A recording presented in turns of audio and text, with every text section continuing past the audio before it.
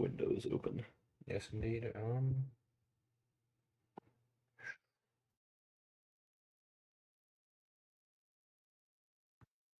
Get full screen. All right. We are live for our first ever stream as Cerberus Studios. I am Darren. I am currently hosting the stream on my laptop, and this is my friend. What's up? This is Brett. Uh, Webcam. there's no webcam on. I just want to introduce us. You were gesturing like there was. I was curious. Well, I'm gesturing because it's easier for us to communicate that way. That's why we have hand gestures, Brett. Fair. Yeah, there we go. Can I manage this? Oh boy. So if you guys are joining us, um, thank you all for joining us. First of all, and secondly, this is going to be our first stream, as I just explained. Not only that, but if you guys in chat would also like to um, give us ideas for the core concepts and stuff like that for our horror game, The Baptism, as we explained in our intro video a while ago.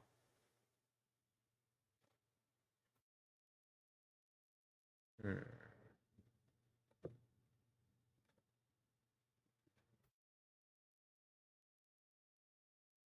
All right.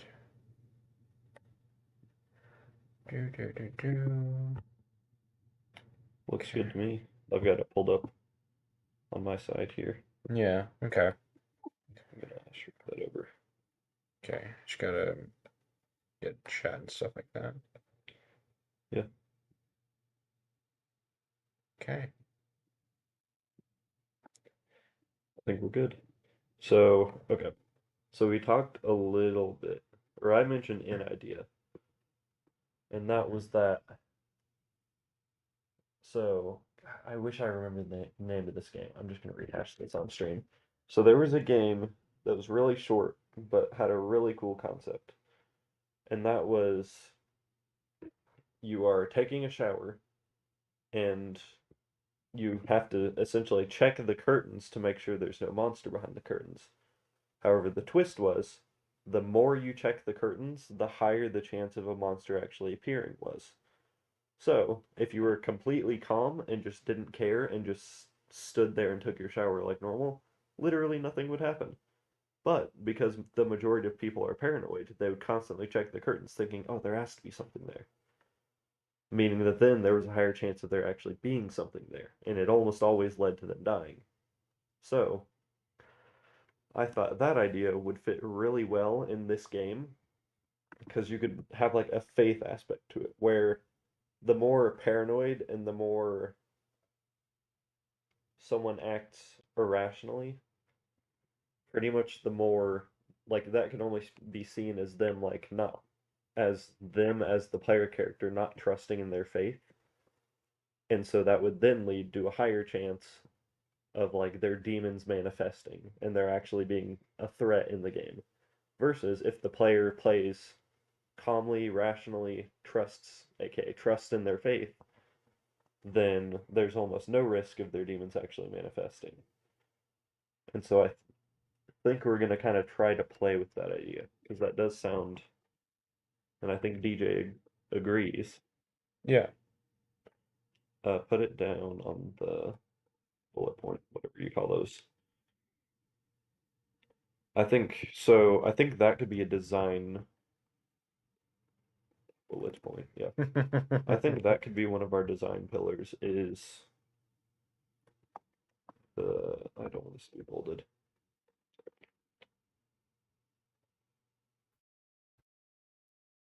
There we go. Is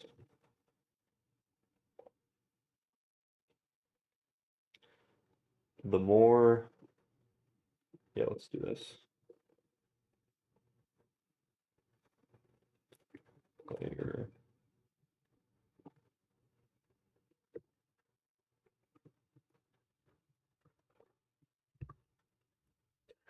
Right.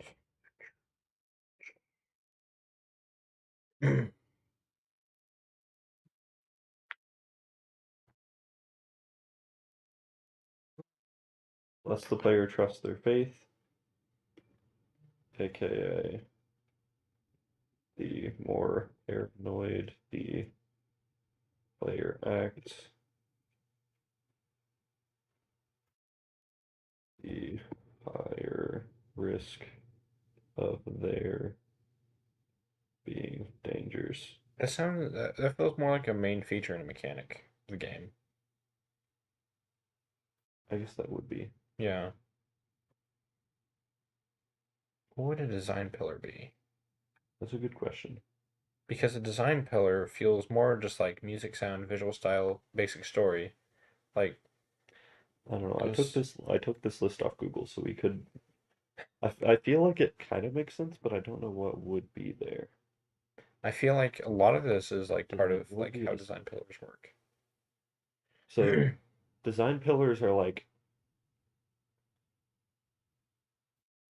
be like you have all of this other stuff, or I guess this not including that. All of these things would be founded on these pillars. So it's like I feel like the design pillars would be like, what Oh, are our core goals that these other things are going to achieve with the okay. game? So in a sense, design pillars are kind of like the emotions we want our players to feel in a Yeah, way. that's a Okay. way to say it. Um, or how our we want our players to feel at the end of the game. Um, Yeah, what are we trying to achieve that these other things are going to get us there? I suppose one of our design pillars is kind of like an awareness of mental illness and how it affects people. That's a good one. I'll write it down. Should be. Should Yeah, be.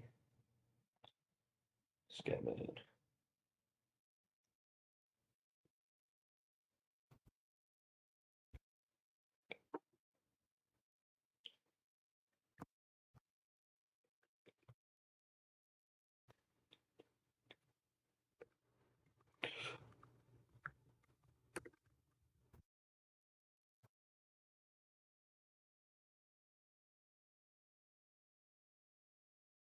Some mental illness. I feel like 3 to 5 pillars would be good. Or just as many as we can think of, I Yeah. suppose. And awareness of mental illness aspects. Yeah, and we can play with stuff around that of like as the main character Hmm. interacts with other people, the reactions that the like actual player has to different demons, people around them could like wouldn't necessarily see or wouldn't Or maybe like people morph into demons. that too. They like start to take on demonic traits Yeah. Maybe as it the maybe it can player also character be sees like them that way. how hold on. How the player sees how the player views society within the choices they make manifests in the objects and in pieces. Right. Society for the choices make manifests.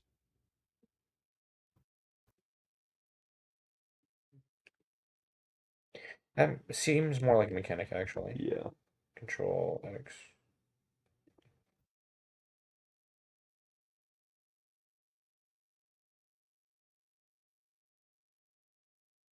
Target platform and target audience.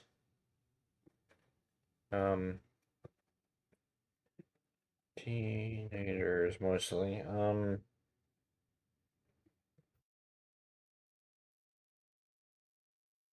To play.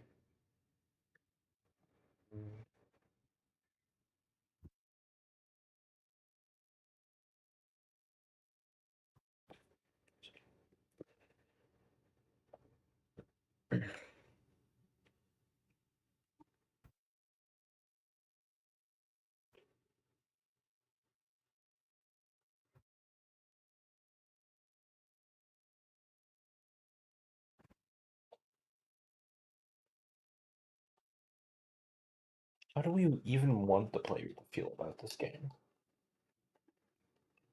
Like, do we want them to feel sorry for the main character, or do we want them to hate the main character? Not hate. I would say a mix of what's the word? Understanding, maybe. Yeah, a mix of understanding, sorrow.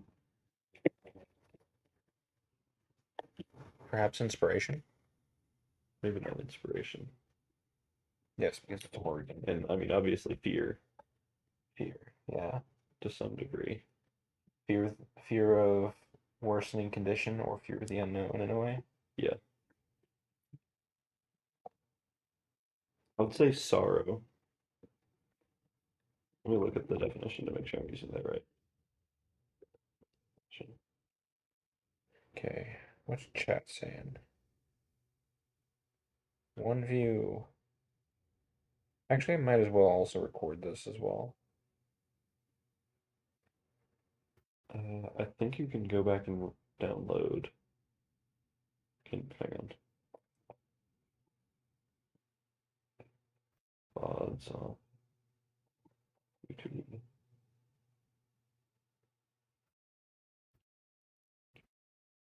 Off of VODs off of YouTube.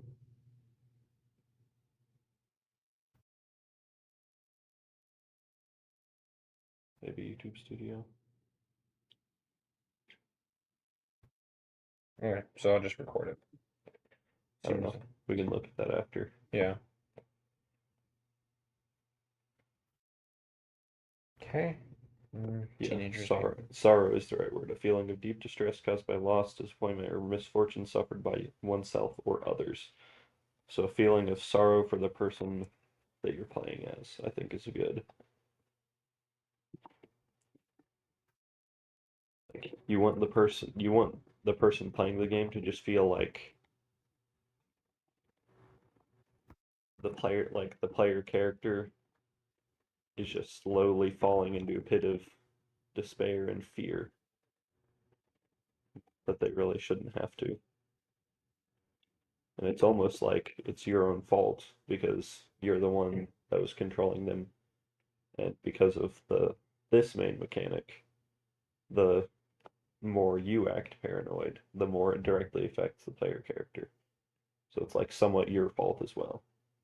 You know what we haven't done? Hmm. Hold on. I just thought of this just now. Was that?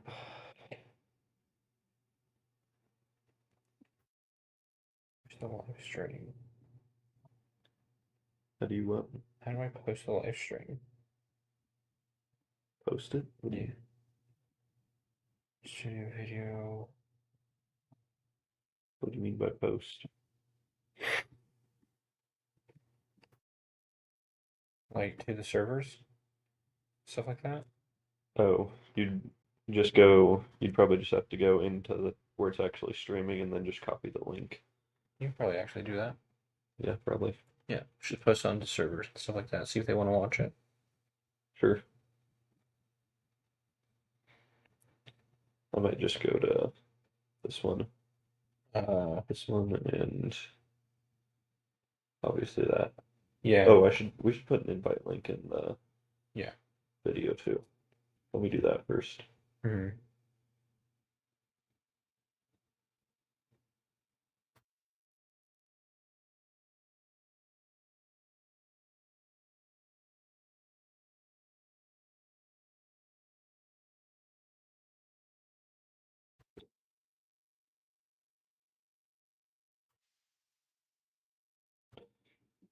Edit.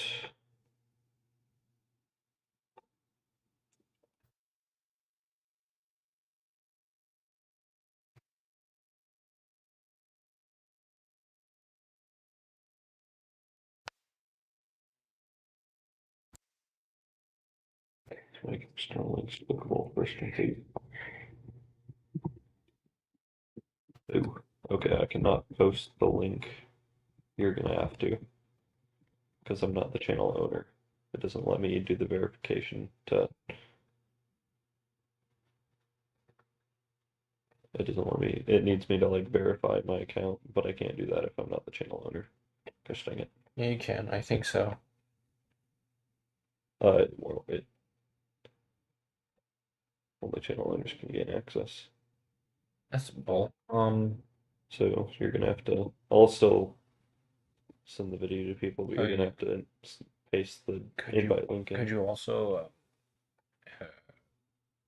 me the link in chat so I can post it onto other Discords as well? You should be able to generate your own link. Just go to our Discord. Just on it. There you go.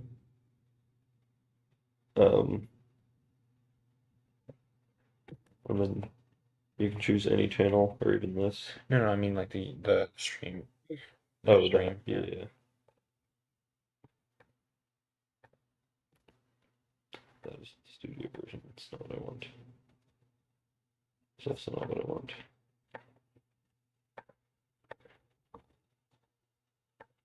This is what I want.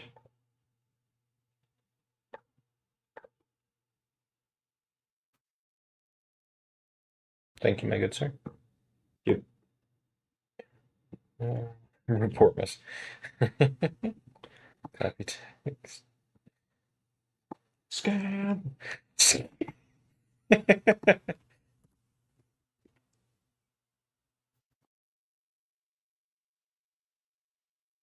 I'll post the one to this. Oh, you're gonna post it to drop them? Okay. Yeah. Should I do game dev or probably not general? I think probably YouTube. There's a specific channel for Oh YouTube. yeah, yeah, yeah.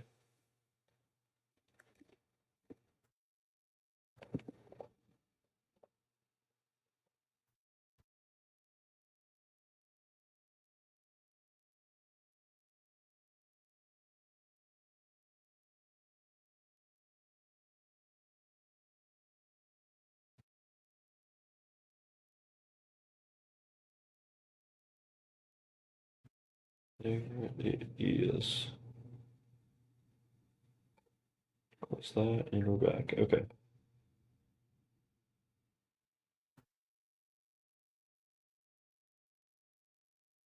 I want to push it to the Godot server itself, but like that's way too complicated to do because I have to make an entire thread for it, Yeah. and then no one looks at the thread, so it's not even really a point. It's not even a point. Yep. Losing my voice for some reason. Ugh. Post it to most of the other servers though. Yeah, that's good. YouTuber Epic.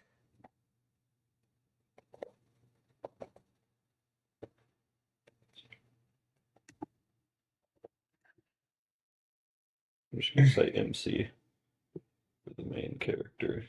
Okay.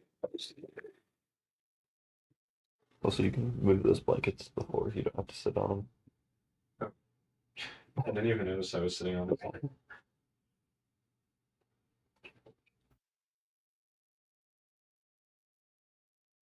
And what? Right. MC. I'll start it.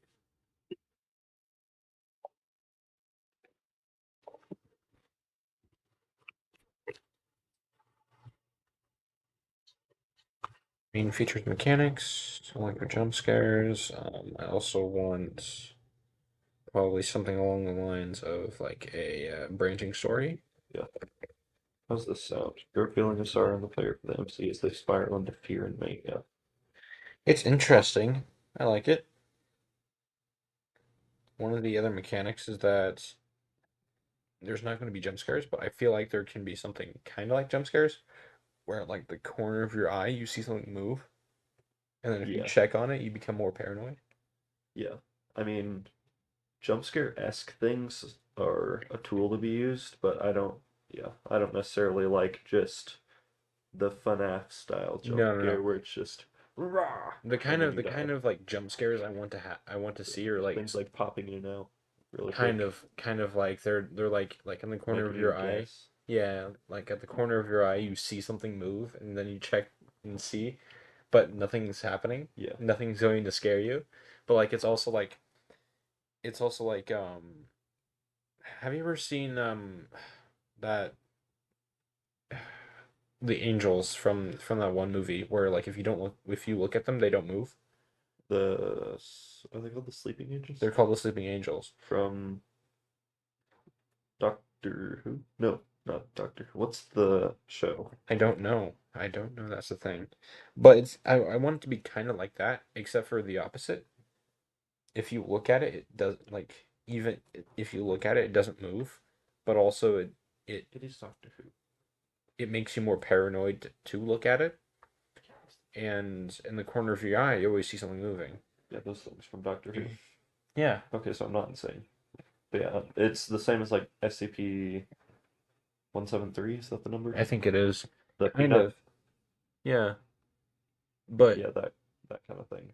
if you don't if you don't stop looking at it, it doesn't like snap your neck or whatever. Like Yeah, there's not going to be any like real death in the in like or supernatural based death in the game. yeah, Kind of want it to be like because it is all in his head, right? yeah, it's going to be all in his head. But like if you keep on checking like you're like going about your like every day going to work going back home living your normal life, but like things start to become creepier and creepier, and the more you check on those creepy things, the more paranoid you get, and then Yeah, the worse ending you get at the end of the game. right. And I think, yeah, it could lead, like, if it gets bad enough, I think we could have some kind of ending where it's like he gets so, the main character gets so paranoid, so insane about these demons that are trying to attack him, trying to haunt him, that he ends up doing like some full exorcism on himself that is like a blood purification exorcism or something like that. We can probably do some more research on that. Yeah, It's definitely an interesting idea, but we'll probably have to look at yeah, that I main features agree. and mechanics. I don't think we should have like direct deaths because of the monsters, but I think endings, depending on how bad they get, Hmm. or I mean, we could even do some kind of like, if it gets bad enough, then he literally just has a heart attack from panic. Yeah, But I don't know if I maybe. like that as I much. think like an ending we could do is like the twist is that it's all real, that the demons were all real. Because like Yeah, that's kind of a symptom of schizophrenia, is that you believe at some point that you're in a conspiracy yeah, and that everyone else is wrong. But like this is like it's like a twist that all of it was real and it's not conspiracy. I was making sure the audio. You're good. Go on. Okay. Okay, we know the audio is working now. It's like who the heck could be talking besides me? What? Oh, we have 4 views. Hey, if you're if you're currently viewing and you're in chat, um, it would be kind of cool if you would drop by a little idea and maybe you could add it into the design doc. Maybe it makes it into the game. Thank you for viewing. Yeah, we have to definitely have to talk to chat. Chat is very important. You guys are very important. You are our lovely viewers. Thank you all for taking time out of your day for viewing our stream.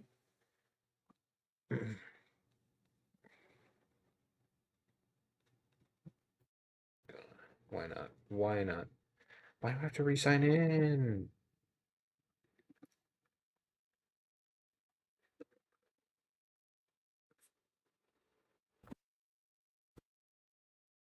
But It's a yeah, really nice day so out there. so we're thinking multiple endings depending on how bad the mental illness gets. Hmm.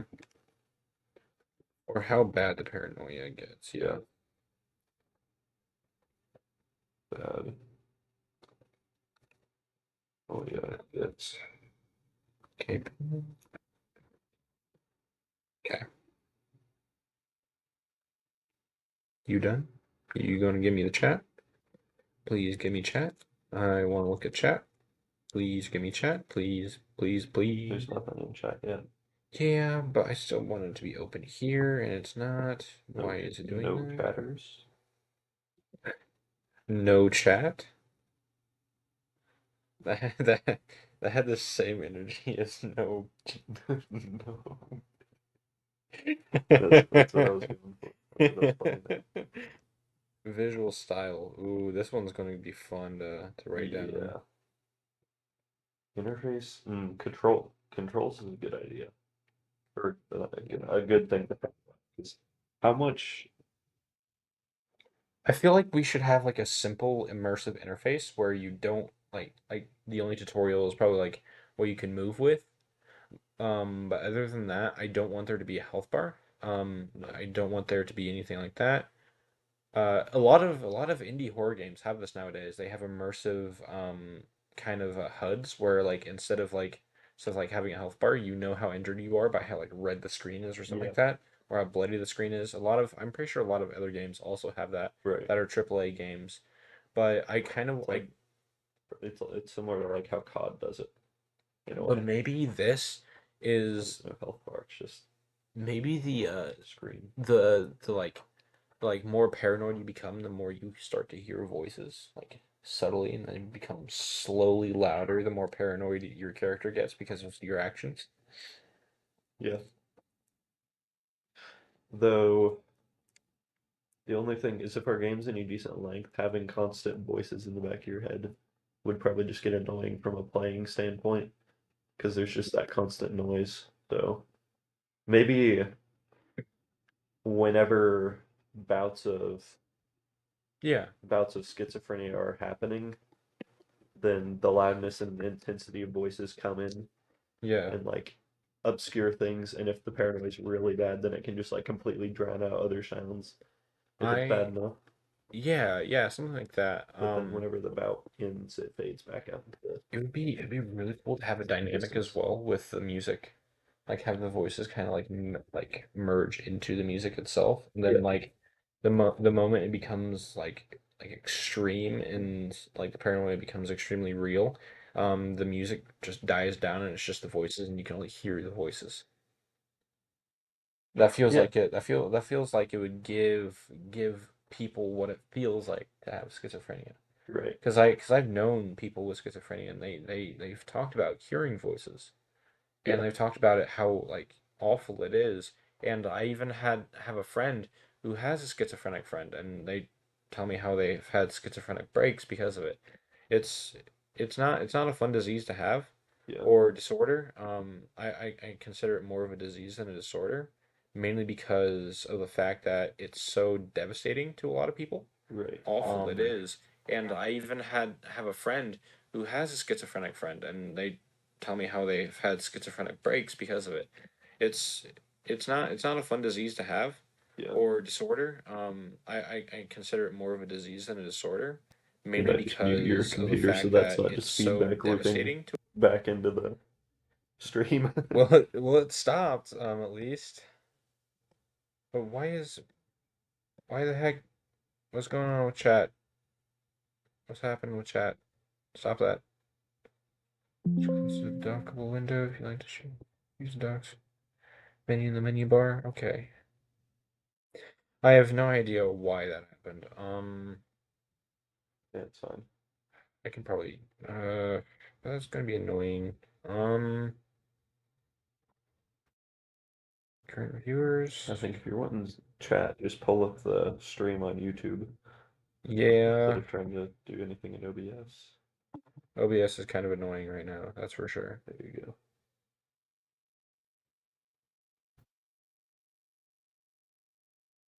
I will say if you guys do want to have any kind of dialogue with us, it would be amazing if you guys would um have just type in chat and tell us what you'd like to add, and we'll see if we can actually add it.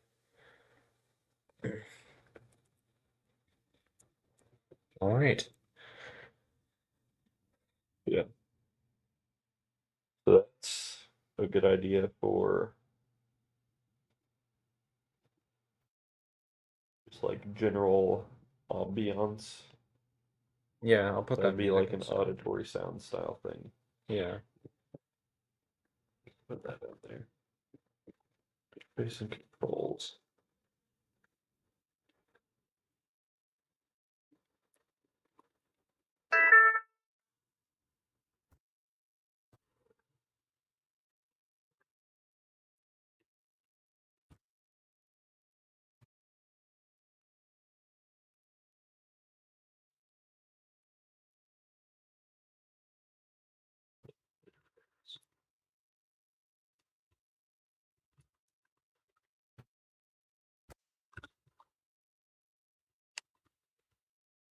Do you think I can't really think of what all we'd need for the interface other than maybe like small pop-ups for interacting with either Yeah. items or people. Yeah.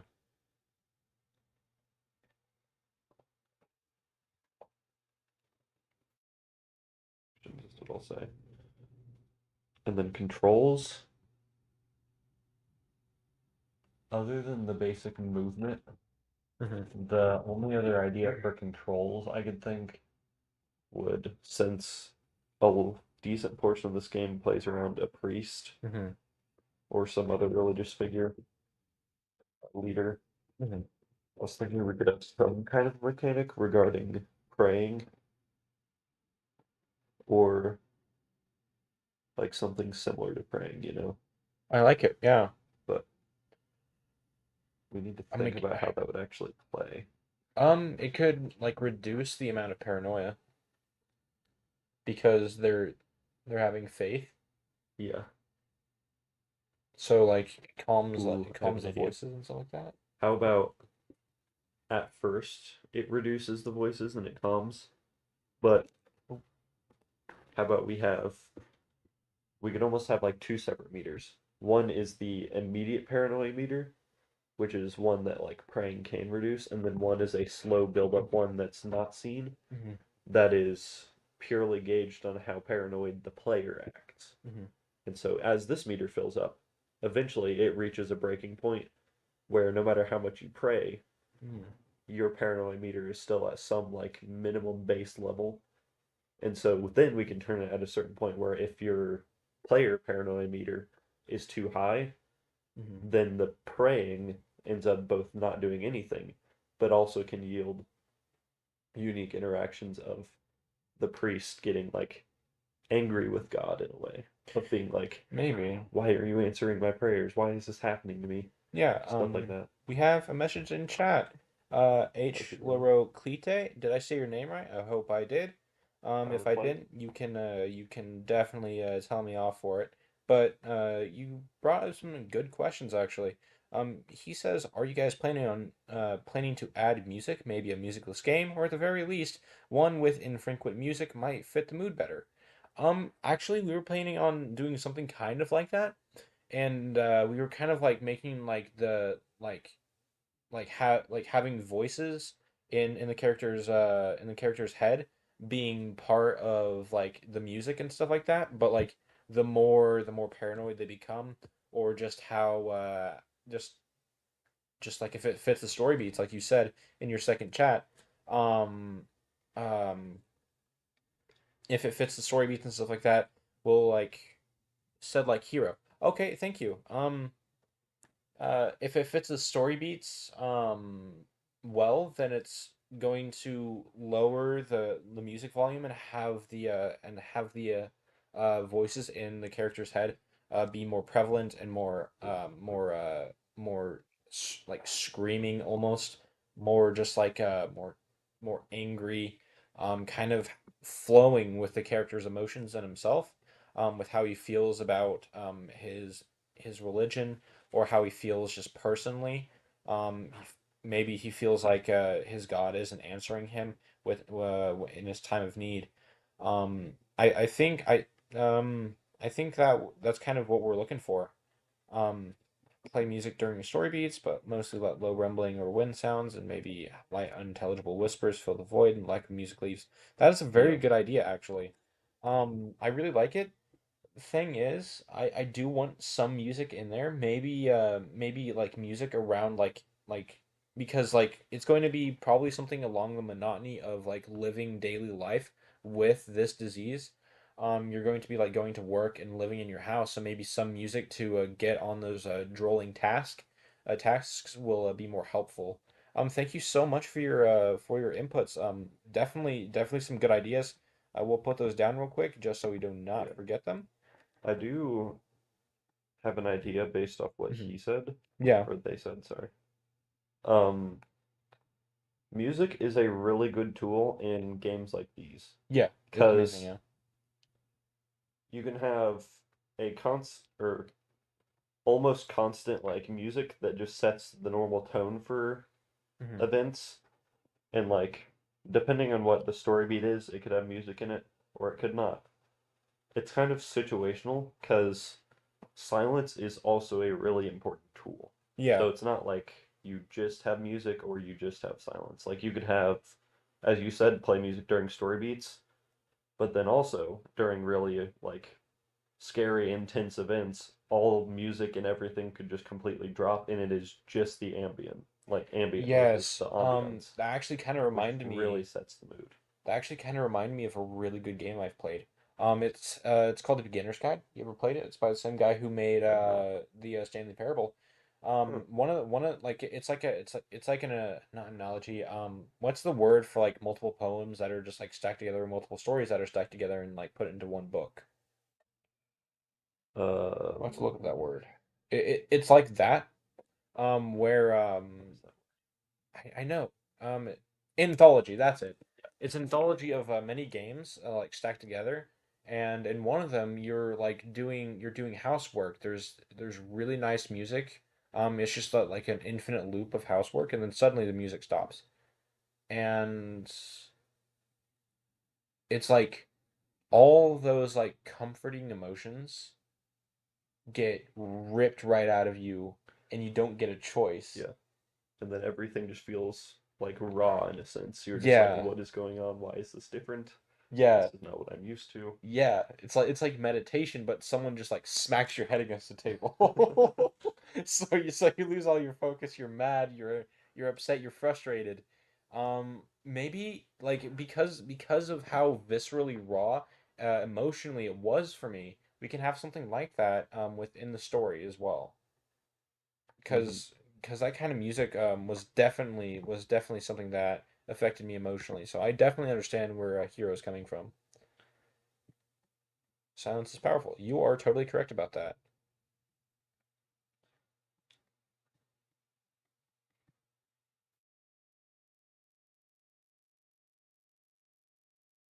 Hmm. But yeah, so seems like generally we agree on music. I think I do like the idea of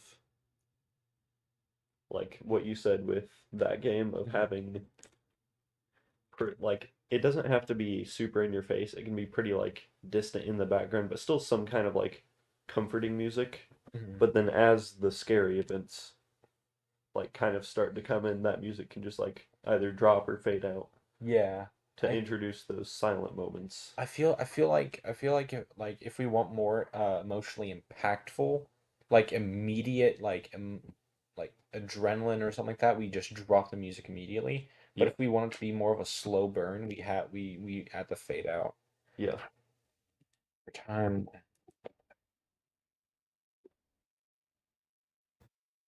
I kind of want to rewrite this. I don't really like how it's written.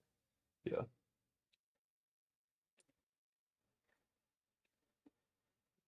And it doesn't necessarily even have to be because like music is broad.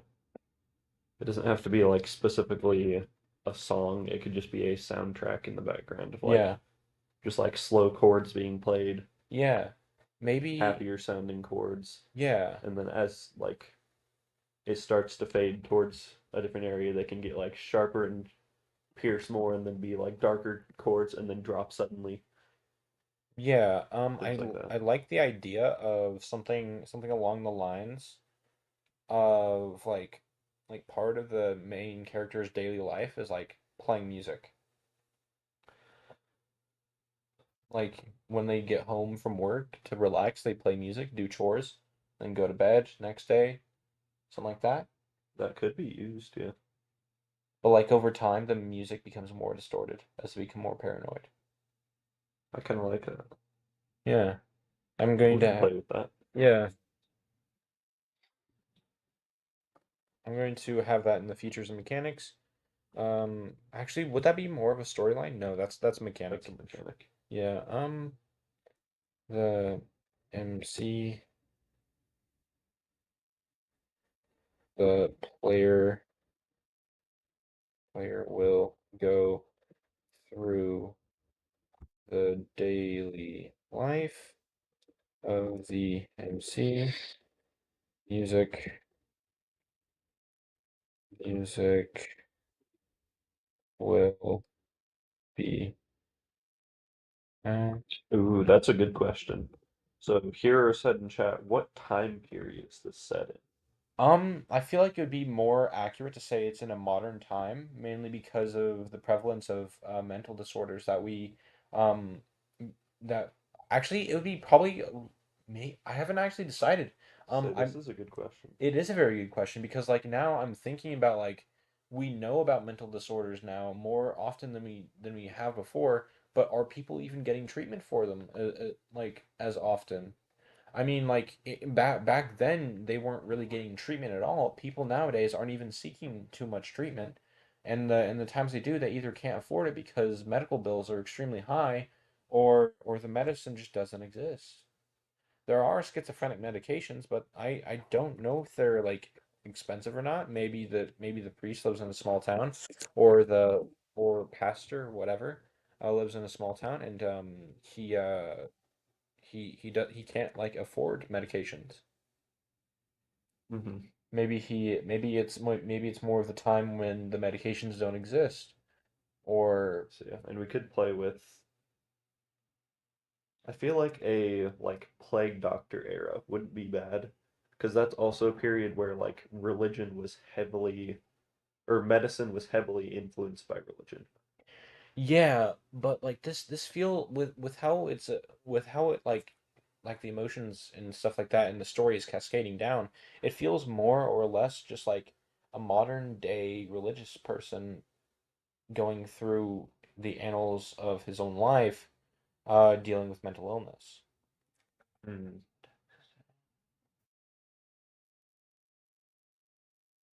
definitely could be.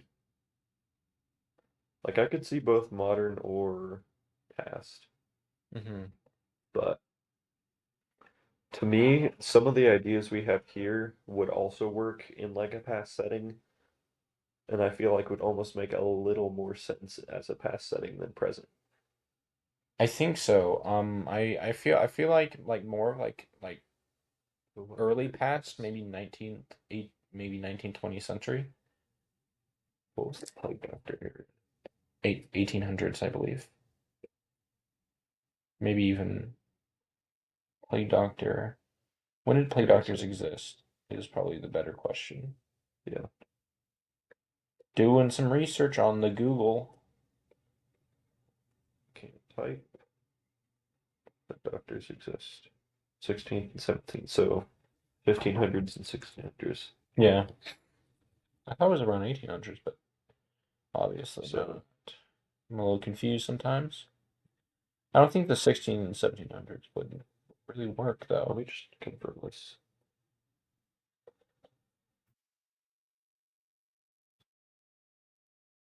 Just type Medicine. since medicines in the 1600s. Um, okay. Increase in travel brought ingredients to England such as rhubarb and tobacco. Touched by fire could cure Hmm. skin disease. So yeah, they believed religion was a cure for some illnesses. Okay, look up real quick. When did medication for schizophrenia come out? Dude, I'll say treatments. That were effective came out. Arise. 1950. So I think Promises. also another question. When did Atlantic. the record player come out? Hmm, that's gonna be 1800s.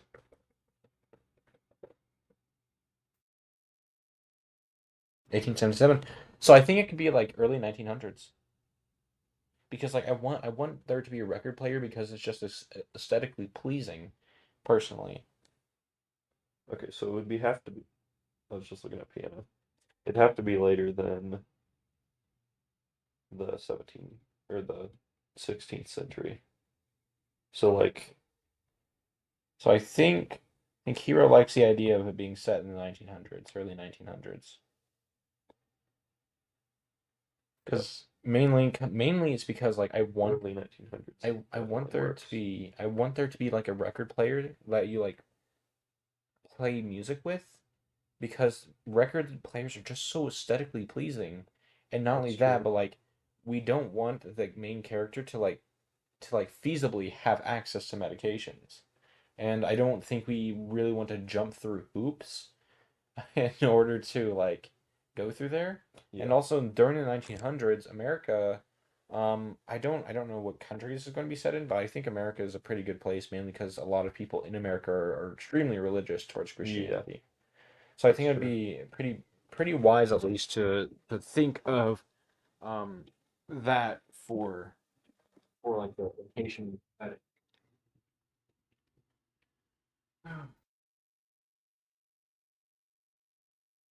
So early 1900s. So when was the Great Depression was 1920, 30s, 1930s, right? 1930s, yeah. He said during the Great Depression, I suppose. That wouldn't be a bad time period It would because not be. I guess we should think, would it make more sense for the main character to be during a time when like it's already difficult and then stacking schizophrenia on top of that is just even worse, or should it be like a time when his life was really good before the Great Depression, like the economy was booming, everything was great, but then schizophrenia started tanking his life? Like we Yeah, should think of that, yeah. which would make more sense. Yeah, story. You should probably write that down. The story and help real quick. Write that down. Write it down. Um, Time period, or 1900s. But yeah, so do you think before Great Depression or after Great Depression makes more sense? I think during the Great Depression. Okay, during the Great Depression. Early 1900s. What should I add? Basic story during the time period during the 1900s, which is Great Depression. Awesome. Awesome. Time period. Um, I guess this can all be under setting. What region is the Bible Belt in America? Missouri is part of the Bible Belt, but that's Yeah, evangelical. it was, well, I guess we can use evangelical Christianity. what type of religion should this dude be part of? That's another Definitely, question. definitely Christianity, but I don't know what type. How it kind of feels Missouri, is we should look up the relationships between mental illness and um, South. Okay, yeah. Hero says South. Yeah, it's and, definitely. Wait, is and Missouri part of the religion, South? Christianity. Oh my gosh. We're We're like splitting, but we are I thought we technically, were I thought we were technically Midwest. I mean, it's Wheat Belt. We're also technically part of the Wheat Belt. so Jello Belt. I don't know. I think we Sun Belt. split technically because I remember during the Civil War, Missouri was either one of or the one state that pretty much had to decide which side it was fighting for because it was like split even. Yeah, yeah. We were like Oklahoma, Arkansas, Kansas, Missouri. Yep. Elvin, Seattle. So So it's it's all all south. south to me. That's fair. Nice. Yeah, so yeah, we could do like a Missouri area. We could do Maybe. A lot of people are definitely a bit more religious in Missouri here, at least around this area. so let's just say I guess we don't have to specify which area. We We can just can. do Bible Belt. America. Let's be more accurate. The USA, early 1900s. The US of A. I'm surprised. I'm surprised you didn't like hold up a gun and just start chanting USA. Start firing into the air. Bald eagle flies overhead, screeching. Yeah. Just hear freaking just like a dirt covered truck just rumble into in the distance. Fighter jet America. fighter jets overhead dropping bombs.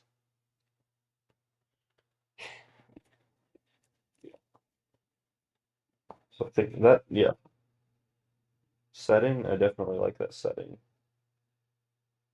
I'm thinking what branch of Christianity would work best for this? Because we need one that would make, I guess, Does Catholicism have pastors? Or is it all just priests? I don't know, man. I'm not religious. I ain't either, brother. It's a weird game for us to be making, but I It want to be is. accurate though. It is a weird game for us to be making, and that's exactly why I want to make it, because it's just a weird game. It's a super interesting idea though. I agree. That's another I just reason I I want just want to properly represent everything. Like before we start making anything, I'd definitely want to get in contact with people who actually have schizophrenia so we can like make it a proper representation. to. We can also do like a little bit of research. Protestant should work. Protestant. What do you know anything about Protestant hero? Um we can probably look it up on Wikipedia, but like if you have any experience, it'd be really cool to like learn about that a little bit. Protestant. There it is.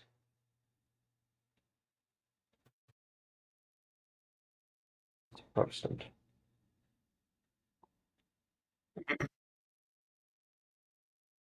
Ecclesial movement of the church, development or the devotional urge within the believer, church and a devotional believer historically.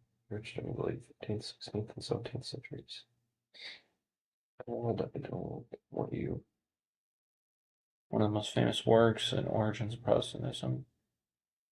Began with this literary portraiture, and those called upon the saint was later repudiate. Gold saint, who had become a monk, was later renounced monasticism. The loyal son of the Catholic Church, he was later to shatter the structure. Medieval Catholicism, devoted servant of the Pope, he was later identified popes with Antichrist, and was Martin Luther. So Christianity is kind of complicated in domination. That is true. But the amount of people that identify as Protestant is disproportionate to the rest of denominations. That's also true. I do not hear Protestants nearly as often as the others. Yeah, you see a lot of evangelical Christianity in America. It's just most common denomination besides maybe Baptist. Huh. Wait, am I thinking of the wrong? Is Protestant the How common is um, Protestantism? um, Christianity. um, Yeah. Roman Catholicism. Protestantism? Okay. Huh. Protestantism. Protestantism. Nice. All right. It includes evangelical mainline. Mainline is what I was thinking. I didn't know Protestant included mainline. Hmm. Never mind then. Protestantism includes evangelical. You Jehovah's Witness. I have a reason to That makes dislike sense. those people. Okay, so Protestantism Father, kind of what makes sense. is Protestant? What is its relationship with mental illness?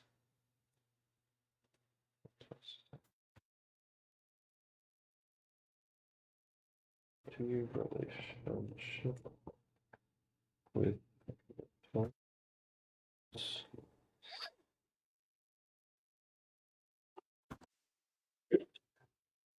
We are doing some research. Biblical view of mental health.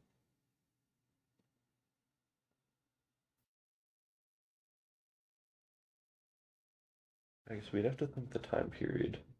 Yeah, yeah, yeah. We have to think of the time period because it's early 1930s. Let's Maybe. just think general view of mental health then.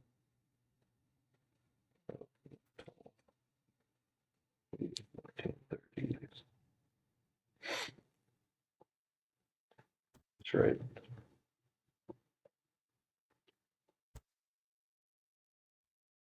1930 to 1940s. 1930s. Okay. Yeah, I think it ended around 19. Wait, when did we got into World War II in 1941, right? Or Um, 1943? I don't remember. Group based on personal experience with individuals. Met plenty of people that Jehovah's Witnesses, despite us being in direct conflict of faith. Oh no, I'm not. I don't dislike the people in the faith. I dislike the faith itself. Mainly because it pushes you to be away from family if they're not a Jehovah's Witness. I don't really care about the people's faith themselves. It's more of just like well, like I would talk to a person who's a Jehovah's Witness. They wouldn't get me to transfer over to them or become a Jehovah's Witness. But I don't mind talking to them. It's not the problem with the people. It's the problem with the faith itself. It's very cult like, and I don't like it because it forces people to um it forces people into bad situations. I don't really like cults, pretty much, and I view Jehovah's Witnesses, their faith as more of a cult than really a sect of Christianity, with how it acts and how people within that particular faith act within it. It's not a problem with the people at all. I probably did a terrible job of explaining that. But that's kind of where I stand. I don't really care about religion. If you're religious and you want to talk to me, I will gladly talk to you. It's a problem whenever that religion is more of a cult than it is a particular view of faith. Um, and I have no problem with people. No problem whatsoever. I think I'm a very open-minded person when it comes to talking with religious people.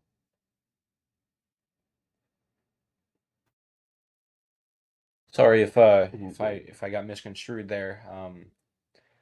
Did not intend to say that I hate or dislike people in Jehovah's Witness. It's not them I dislike.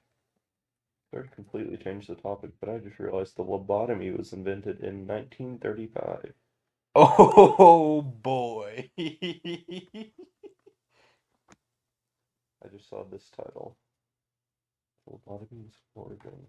Let me read this. Restraining and locking away the mentally ill. Psychiatric care Oh yeah. nowadays was still very limited. There was no essential treatment for schizophrenic patients, for example. Psychiatrists attempted to treat their symptoms by prescribing drugs like sedatives. Yeah,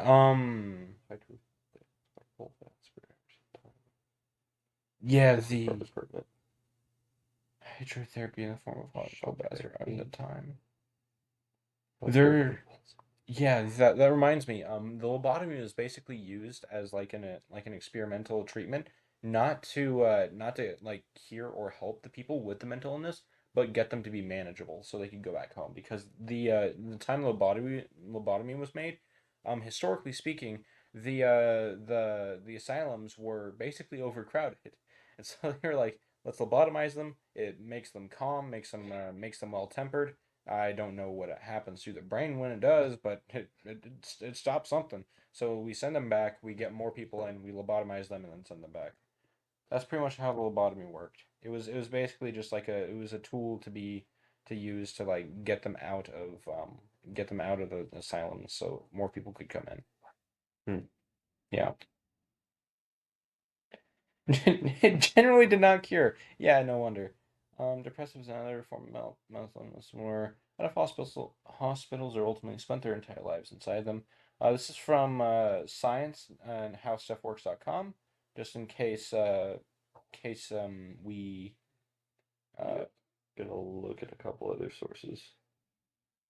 yeah. Because not sure how much I trust a source that has about 7 ads on the side.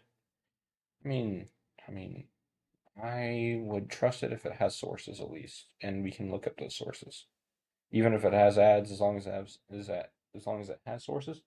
I have some thoughts. So first off, about your MC, is his illness even diagnosed? No. Does he know specifically what it is, or does he just think he has issues? Is he in denial? He's most likely going to be in denial, yes. Yeah. You have to remember this is the time period where Mental mental illness. illness was not very well, like, wide, or not, I shouldn't say widespread, but not well known And it was and also not died. often frowned upon, and because people who had mental illness were called invalids, or you also have to remember eugenics came about in this time, with Darwin's theory of evolution, and Darwin was a avid eugenicist, which is one thing I don't respect in him, but I mean that's just kind of how history rolled the ball, that's for Yeah. sure. So, Of course, eugenics was also during yeah. 1800s, but it traveled. Keeping the actual name of the mental illness out of the game completely and just leaving clues for the player to. I agree. I I agree. agree. Yeah, yeah, that's totally true. I was gonna say, I don't think we're planning to, like, name drop schizophrenia, because at the time period, schizophrenia was, like, not very easily diagnosed, I don't think. Yeah, we just really wanted to like draw And so this, inspiration from a mental illness that yeah, kind of had the gameplay mechanics we were looking for, and schizophrenia kind of fit the bill really nicely, so we're kind of adding it. Just more like you said, hero.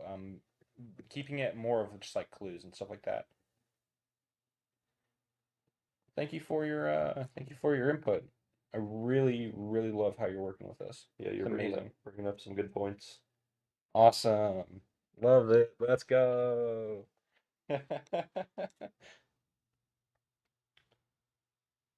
Looking back at the history of mental health in Say America. I like this source much more. Oh yeah, definitely. Let's do the 1930s. National.org. It's an org too.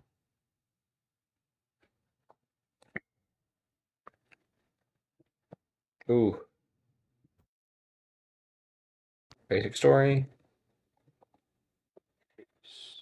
Let And me in see. depth is also here. As diagnosed mental illness. Fan of the record player thing. I was Over. thinking of the exact same thing and was the reason I asked for the time period.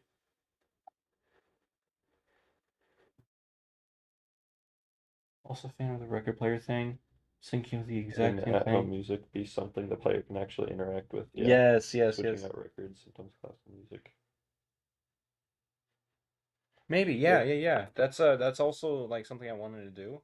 Is just like have like you like can physically like choose which music that you want to play at the time. You can like pick up the record like in like the record case. You can you can look at the cover and stuff like that and see if you want to play it or not. The main character plays the music, it plays in the background as you're doing chores, getting ready for like to eat dinner or something like that. You like cook, whatever. Music plays in the background. Electroconvulsive therapy and surgery. My favorite ways to cure mental Yeah. So there. illness. Yeah, sorry for getting off topic, but yeah, Yeah, the music ideas were great. yeah. But yeah, the solutions to mental illness were not great in the 1930s. You say that, yeah.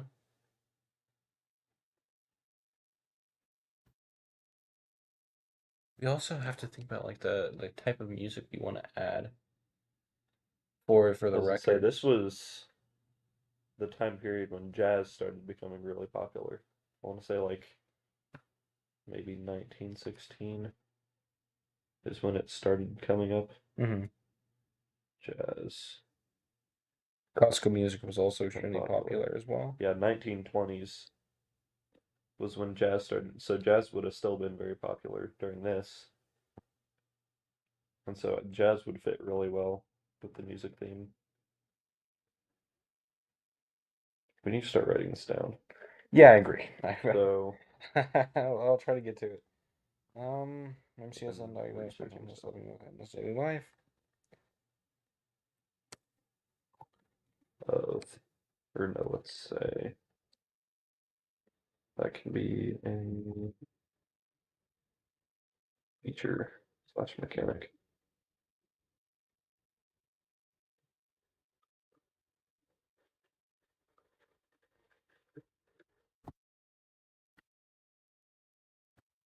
Really part of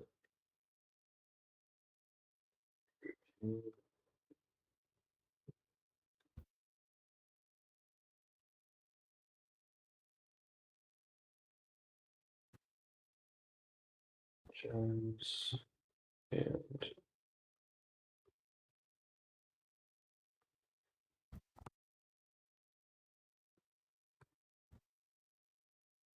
jazz and classical Wednesday. I hate how that word is spelled. I do too. But that's exactly how I spell it too. In my head, I go Wednesday. Wednesday. That's how I have to, because I will never remember if I try and spell it Wednesday. It doesn't even phonetically sound like Wednesday. It's so bad. It's such a Is awkward word. And this is coming from the English, am I yeah. right? This is coming from the language that has pneumono ultramicroscopic silicoconiosis. Coniosis, yeah.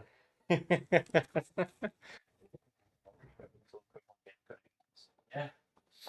And also hippopotamonstrous sesquipedaliophobia. Impetus to totalitarianism.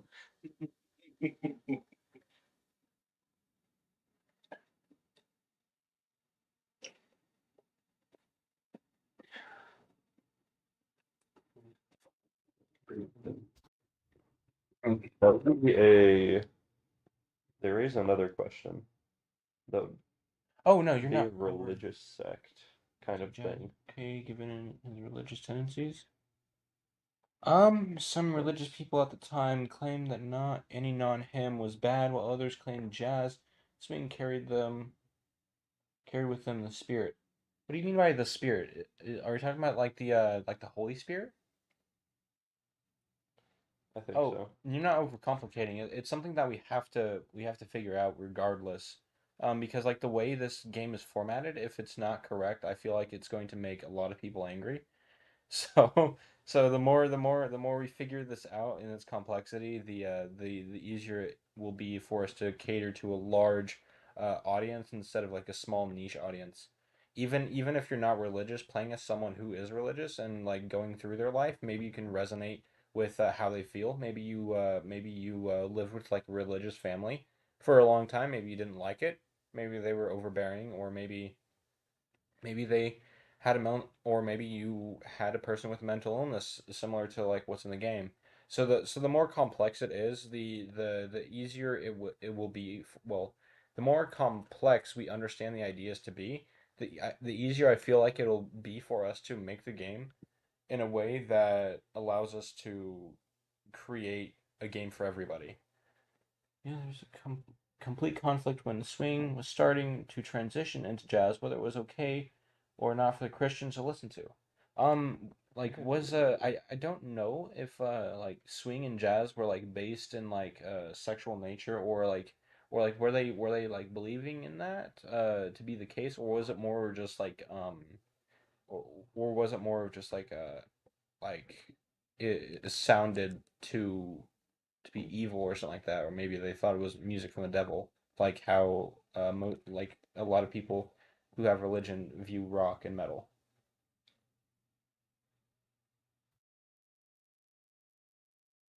Not everyone in religion views rock and metal as something that's evil, though. I understand that, but I feel like the way you're getting at it is like some people also do view this form of Well, music like jazz I and swing I think as it's evil. more, as he said, anything that's a non-hymn was bad, like some religious Okay, so I don't know if we want our character to be was. a super religious. I think maybe he is very faithful, so I think that may be a thing, but I think music for him is just some way for him to calm down. Perhaps we can have it be like a religious thing where eventually like he becomes like he like feels like the type of music he's listening to is bad based on his religious beliefs and maybe he throws It's out some of his music. almost sinful to listen to. Yeah, yeah, and maybe Maybe. that makes him more paranoid or something like that. Maybe it's like something that you have to do in the game. It's like you don't want to do this, but you have to throw out the music because it's against your religion. I think we can probably add something like that. That kind of also goes into the emotion of like how loss and how scary that is and the five stages of grief and everything. I feel like that could be something that we add as well. Especially if like over time the player becomes accustomed to listening to the music, forcing them to throw it out is a very cruel and heartless thing to do, I feel like. So maybe in the case of that, it makes a lot of sense to do so. Yep. Trying to find a source for something saying, or something that talks about different religious views of jazz as it was upcoming. If it's non-hymnal or something like that, maybe you can look at it. Like non-hymnal music is considered evil by Protestants. Or That's what I'm trying to find a source for. oh, I see.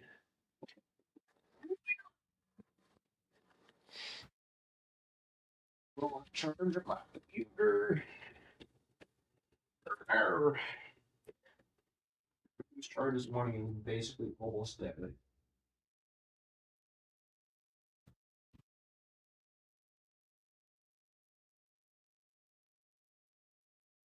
It could also just be a throwaway comment or just dialogue about him being offered music that he might assume is on the line of his faith. Ooh, yes. Decisions in the game where he's tested on his faith. Yeah, things like that where like maybe he's not entirely sure, or maybe well, I don't know if that would be mental illness side, but I it think could. I can probably fit it in with the mental illness side. Um, like him being tested on his faith, could that possibly be like he wants something because he it knows it helps him mentally, but like he doesn't know if it's like if it's within his religion, so he throws it out anyway, even though it could help him. And so you don't know if you should balance religion or if you should balance mental health. It could kind of become like a mental health managing game in that kind of sense as well. There is a lot of really good games with that kind of like mindset as well. See, is there a chance that I'm still in this course? Maybe. Okay.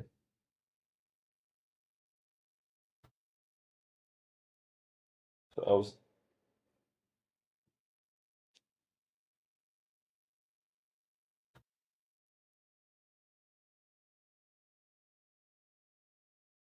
in the way he perceives. That is true.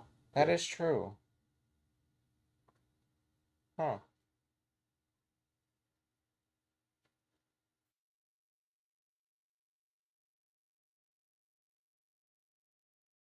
Hmm.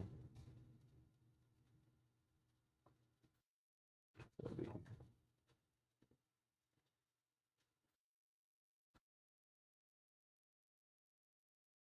I don't know why I'm still in this course.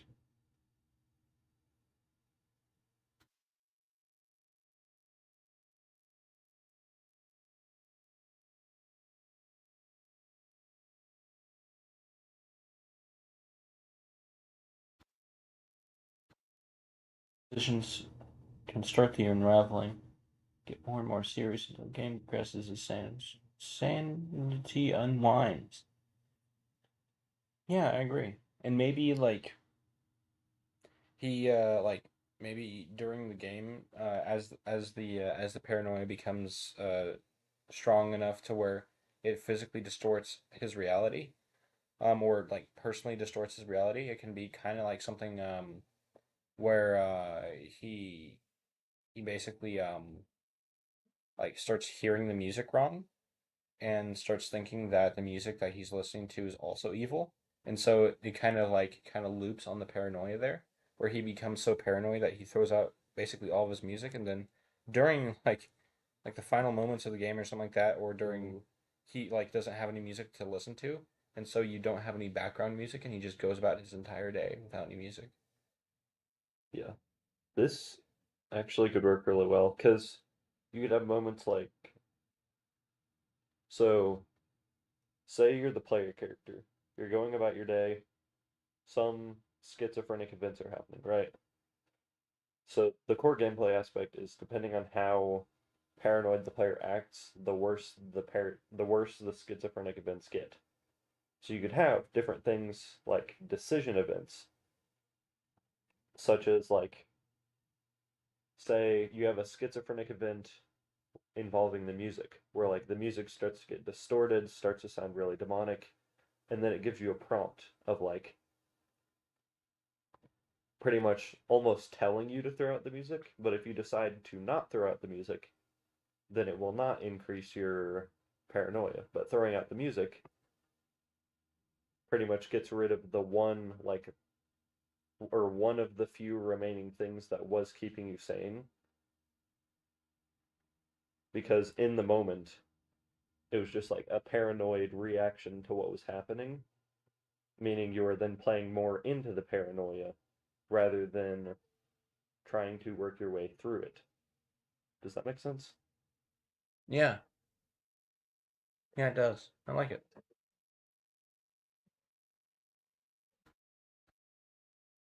That makes sense.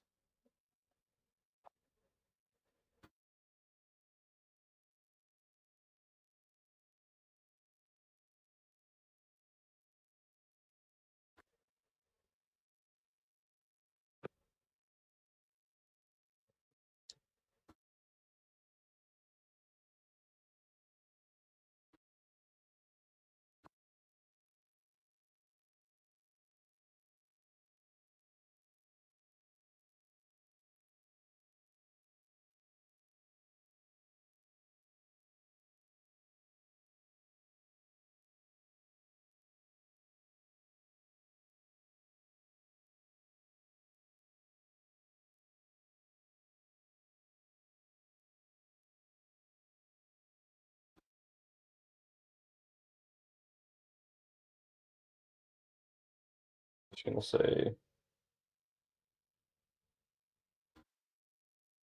schizophrenic outbreaks, I guess that works.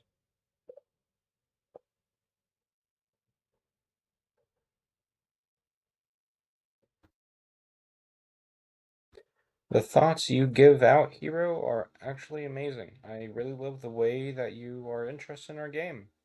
You know, Yeah, it's good to have another person to bounce ideas around with. yeah, yeah. I really like the way the direction our game is going.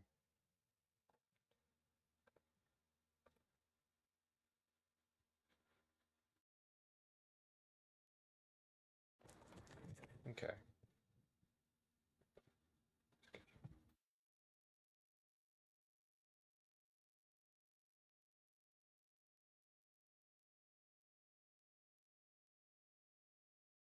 The one thing we haven't touched on is visual style.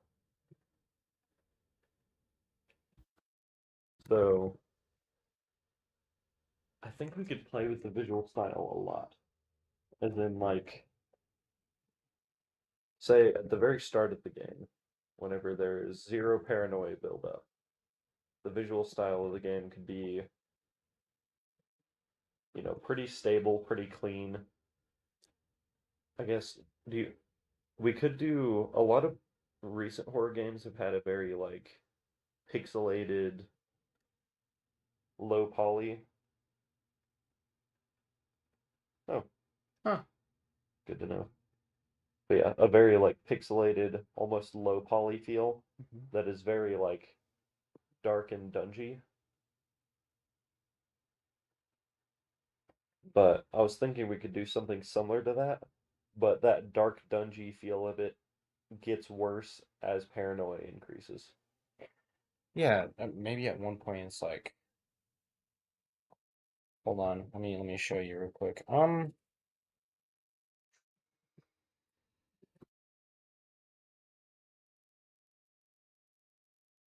Actually, could I have you look it up real quick? It's called The Beginner's Guide. And then look up the cabin cleaning scene.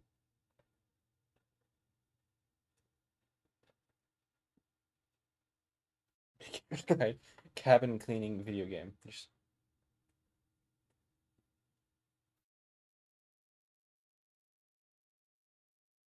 kind of I do not think that is correct. it's not no.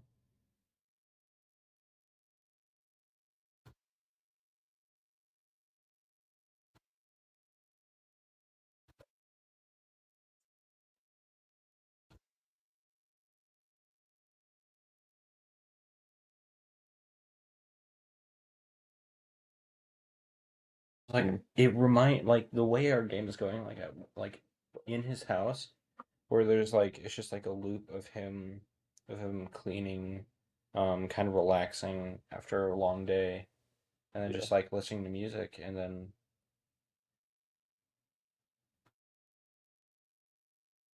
wait, Poppy let's do Playtime's an more indie maps. horror? Yeah, Interesting. Yeah, yeah, yeah. The funny thing is though, the beginner's guide was made by the same guy who made the Stanley Parable. And it's like the beginner's guide, I originally like played the game after like have you yeah, I wonder if you guys have ever seen or even like heard of pirate games with Thor, the guy who like runs all that.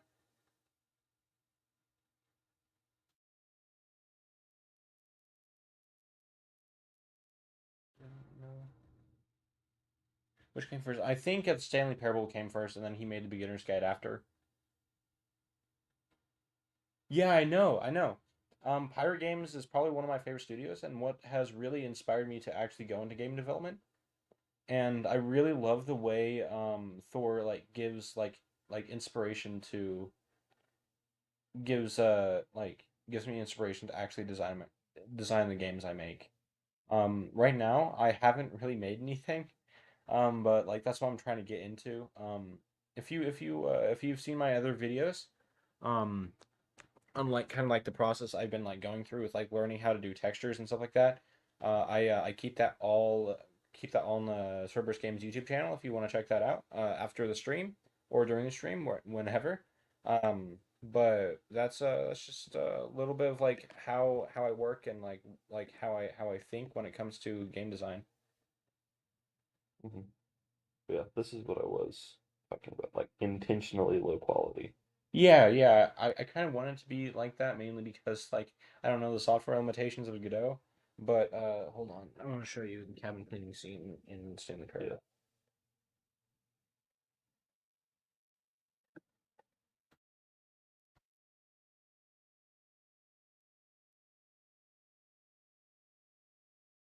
No, not Stanley Parable. The Beginner's Guide. Beginner's guide. Yeah.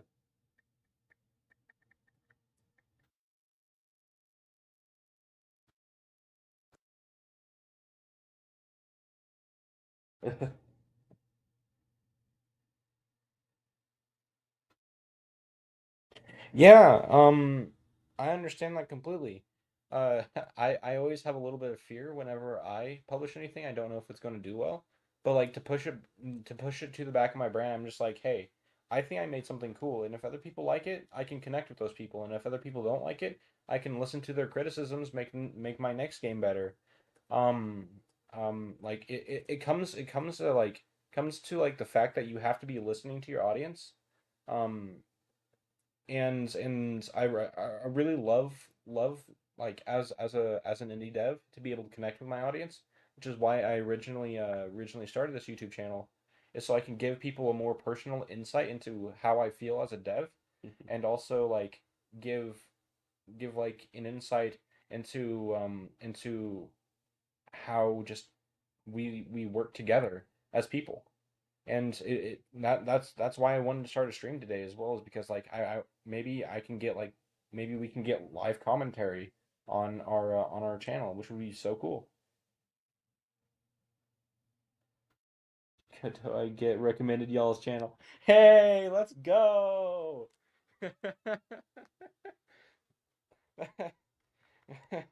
Godot, rise up. Yeah, Godot's really cool. the whole thing with Unity's pricing model a bit ago kind of put me off Unity, if Yeah. I'm being honest. By the way, Hero, I want to tell you something. You know how in Unity you have to like go to like a separate website to learn documentation? Godot actually has it within the within the engine itself. If you control and then I think it's right click on keywords in your script. It's actually really cool. I actually learned about that not too long ago, but here's what I was saying when it comes to like the cabin cleaning scene.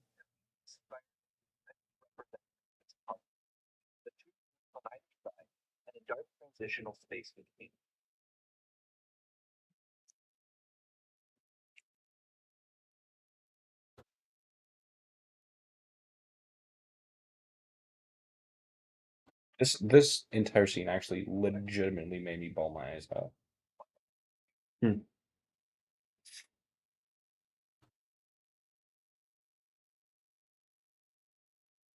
So like emotionally like drawing with this.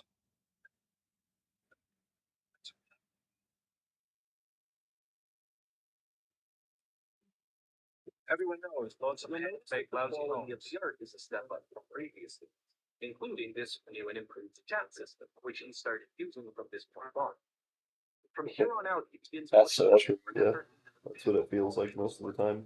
That might actually, I'd believe if that was actually true, to be honest. Hero.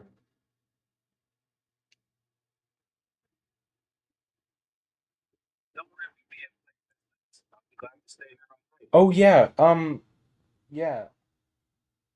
I'm actually really glad you stopped by and started talking about Godot, and I can tell you a little bit more.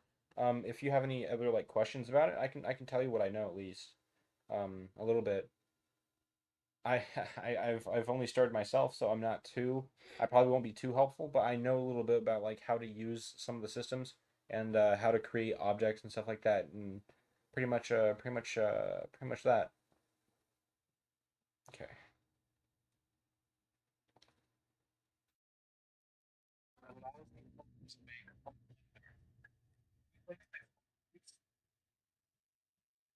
This was just like fun for me. Like this was like the purest fun I've ever had with a video game.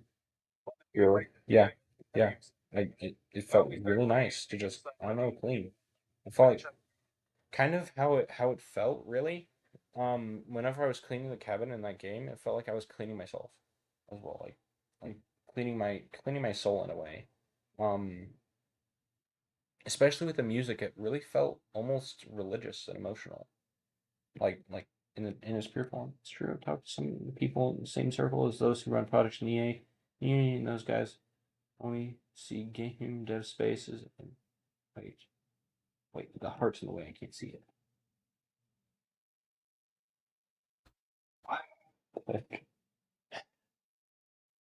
Okay, okay. It was, it's true. I've talked to some of the people in the same circles as those who run projects in EA and Unity, and these guys only see game dev space and interesting ways to monetize customers. They never talk about how to create art or bring value to their customers. Yeah, that's. I've never heard them say outright because I highly doubt they would say that outright. Hmm. because of PR reasons, but uh, Exactly. yeah, have definitely been feeling it in the way that not only Unity has been treating their customers, but like pretty much every big AAA studio, almost every big AAA studio. Like the majority of what they're putting, and I get they have different expectations of like they have to meet requirements with investors and shareholders and impress shareholders and all that, but just the majority of what they're doing is not, it doesn't feel like it's for the player, it feels like it's for the profit, Yeah. which is more just unfortunate than anything, but that's why I've kind of taken to loving indie game development. Yeah, because like I feel like the games themselves are more an art form than just like a way to gain monetary value. Money is good because you can make more games, but like if you don't have a loyal player base and those people you're making games for don't like your games, then like what's the money for? Right? Yeah, I mean like you have to at some point you have to sit down, ask yourself, why am I even making games if I'm only in it for the money? Like why? Why? yeah, preach, indie game dev is where it's at. That is true. That is true.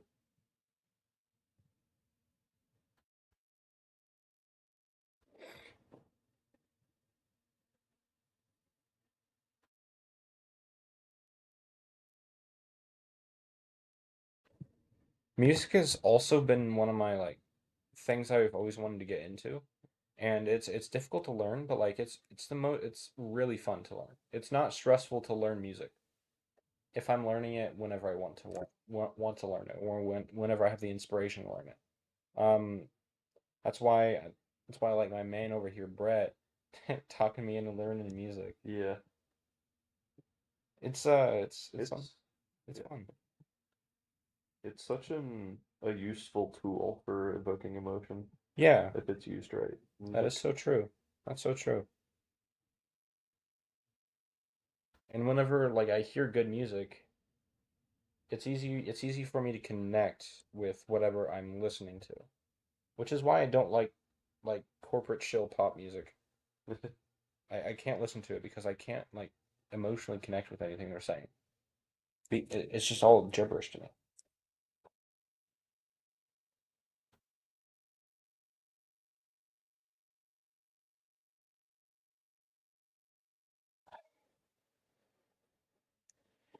More comfy now that that's out of my pocket. Oh yeah, DJ, you need to get a link to the Discord in the description. You're I totally meant to do right. that a while ago. My gosh. Yeah. I still see your shadows in my room. So invite people. Yeah. And then go down to edit invite link and change the expire. Yep. Yeah, there you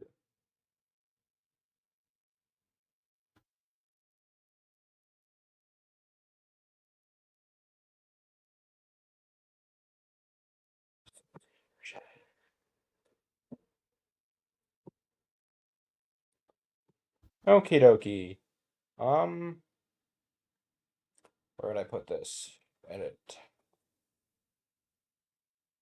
Okay.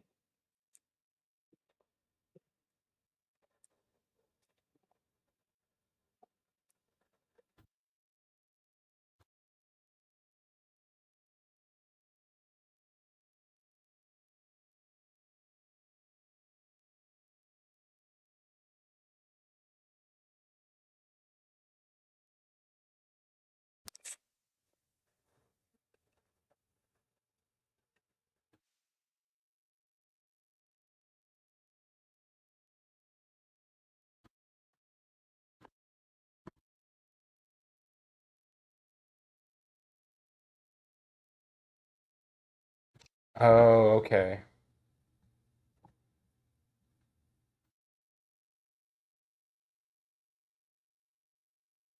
go. Oh.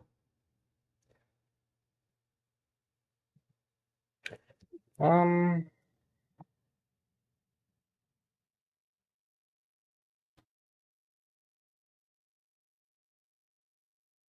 Any game dev is super useful for sure because the number of creative projects I work on at once, it's hard for me to wear multiple hats. I usually end up working with artists and musicians and developers. Not that I can't do music or coding, I just don't have time for it lately. It's my biggest weakness right now. I always have worked with independent artists for product. Oh, that's really cool. Yeah, I'm pretty much exactly the same. I'm decent at music and decent at coding, so I can do those usually myself. But yeah, I am horrible at art. I usually fill in for art. Yeah, that's where Darren steps in.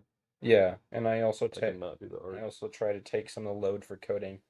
And music is something I really like, so I've been trying to learn it, but I'm not too good at music myself.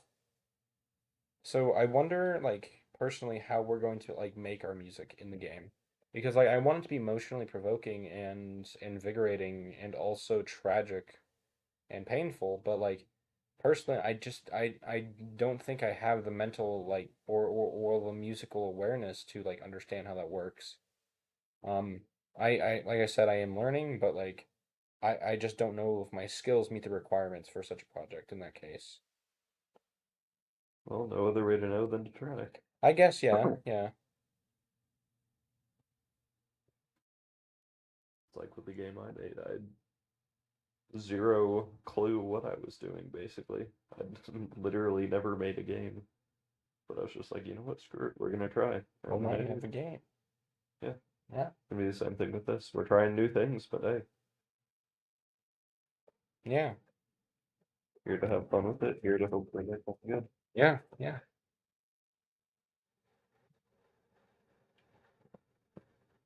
And then we also have to like think of the engine we're going to be using as well.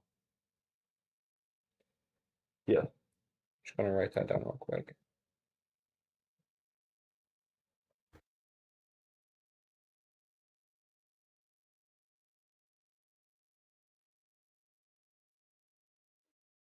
Oh my.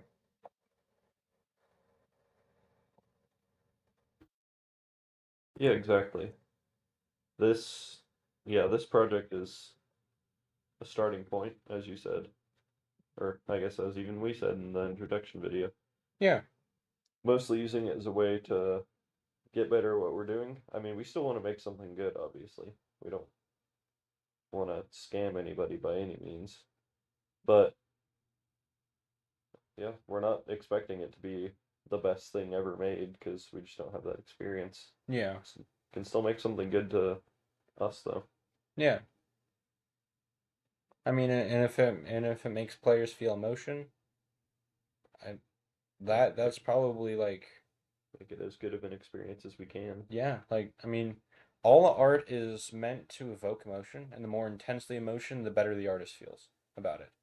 It doesn't matter like how provocative or whatever it is or how niche, as long as it makes someone feel an emotion or feel the game in a way that makes them happy or sad or whatever emotion we're trying to evoke in this point, invoke in this point. I guess fear and sorrow and tragedy are what we're trying to work towards, but here like I just want to work on something I'm proud of, and I feel like this is probably the biggest chance I'll ever get to make something that I'm truly proud of.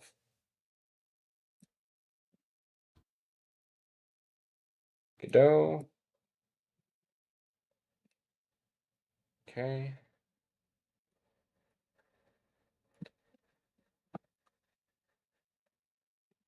Control B. B. Right.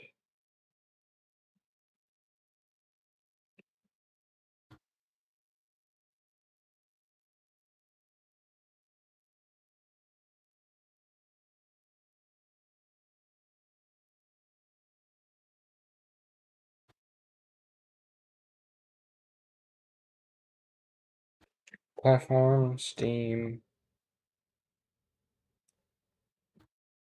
.io.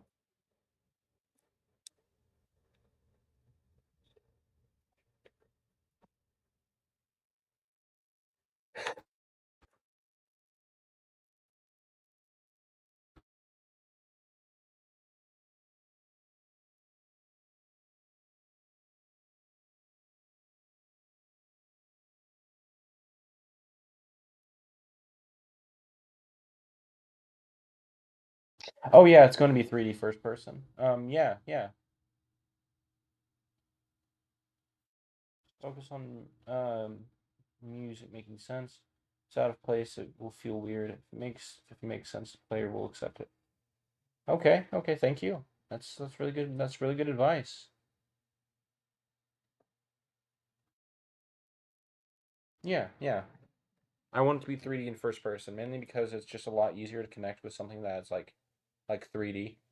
It's a lot harder, at least for me personally, to like feel like I'm actually like in whatever world I am in whenever it's not a 3D game. 2D, I guess, just doesn't like hit the same way as like a 3D game does for me.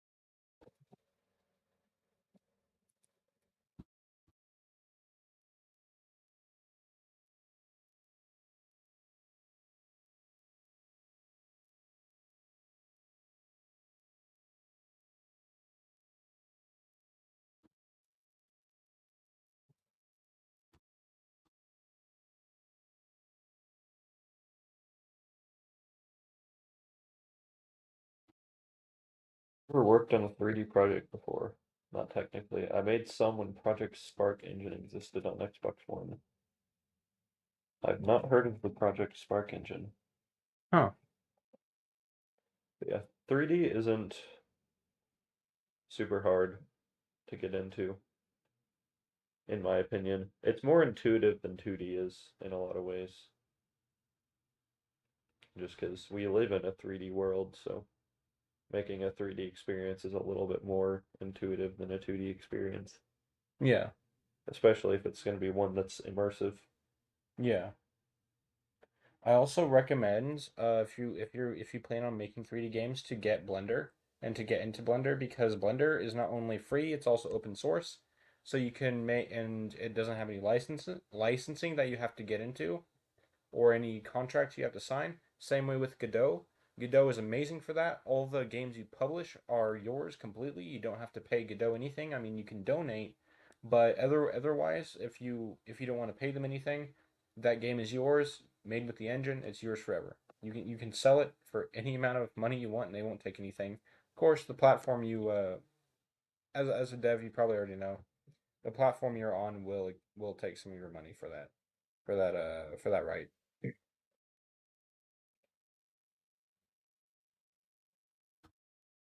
Oh, it does amazing for 3D. If you take a look at one of my other videos, I recommend looking at the 3D testing video where like I'm in a like this colorful world and there's like this single golden coin.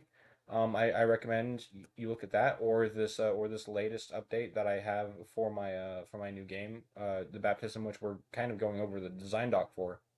I recommend you take a look at that video as well. It's basically where I go through the sounds and stuff like that, where I figured out how to add sounds. I recommend you look at that.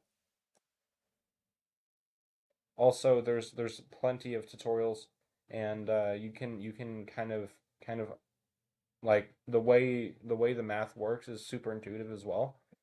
It's really nice because you don't have to do any of the freaking sine, cosine wave yourself. That's so nice, dude. Do you know how And nice that is? I don't have to calculate a sine wave. It's so amazing. Go, um, Steam. Why are you doing this to me?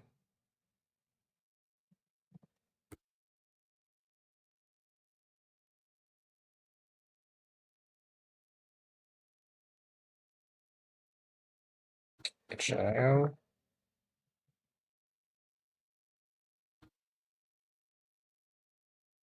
a faith meter. faith and a fear meter is what I'm thinking. The thing is, I really don't want like physical meters that show up.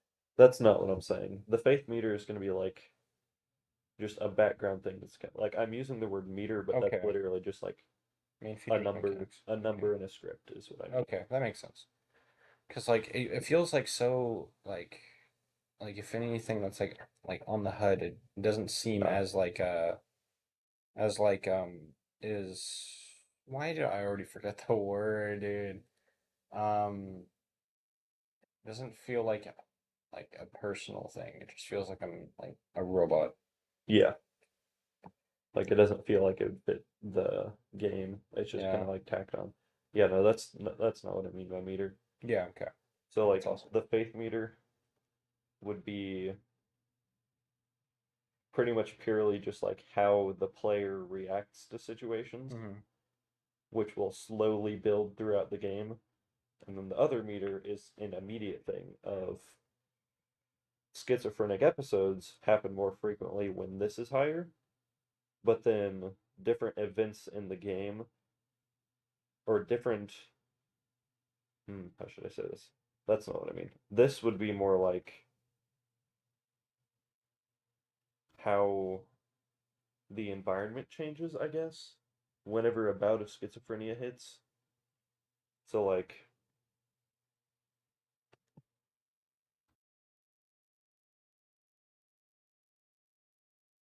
like how much the music changes, how much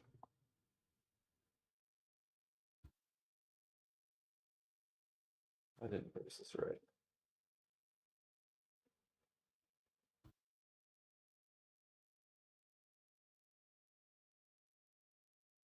Right, this is what I meant. So this meter is pretty much just how much different things like how effective the prayer keybind is going to be, like quelling that fear, how much, where is it? How much the visual style changes, how much all of these different things Okay. whenever these bouts hit, I think. I don't I don't know if that fits super well. I might rethink that, give me a bit. Okay.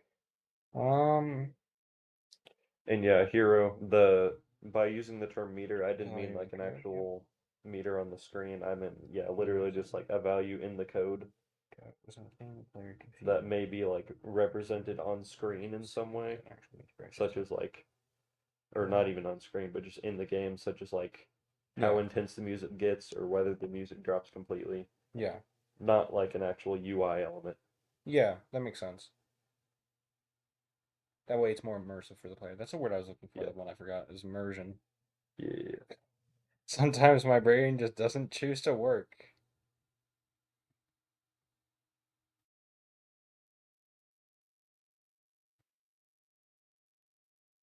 That is true, hero.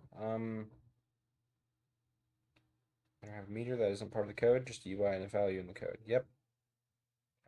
Not sure. That's exactly how it should be We because might it's more immersive when you don't have that.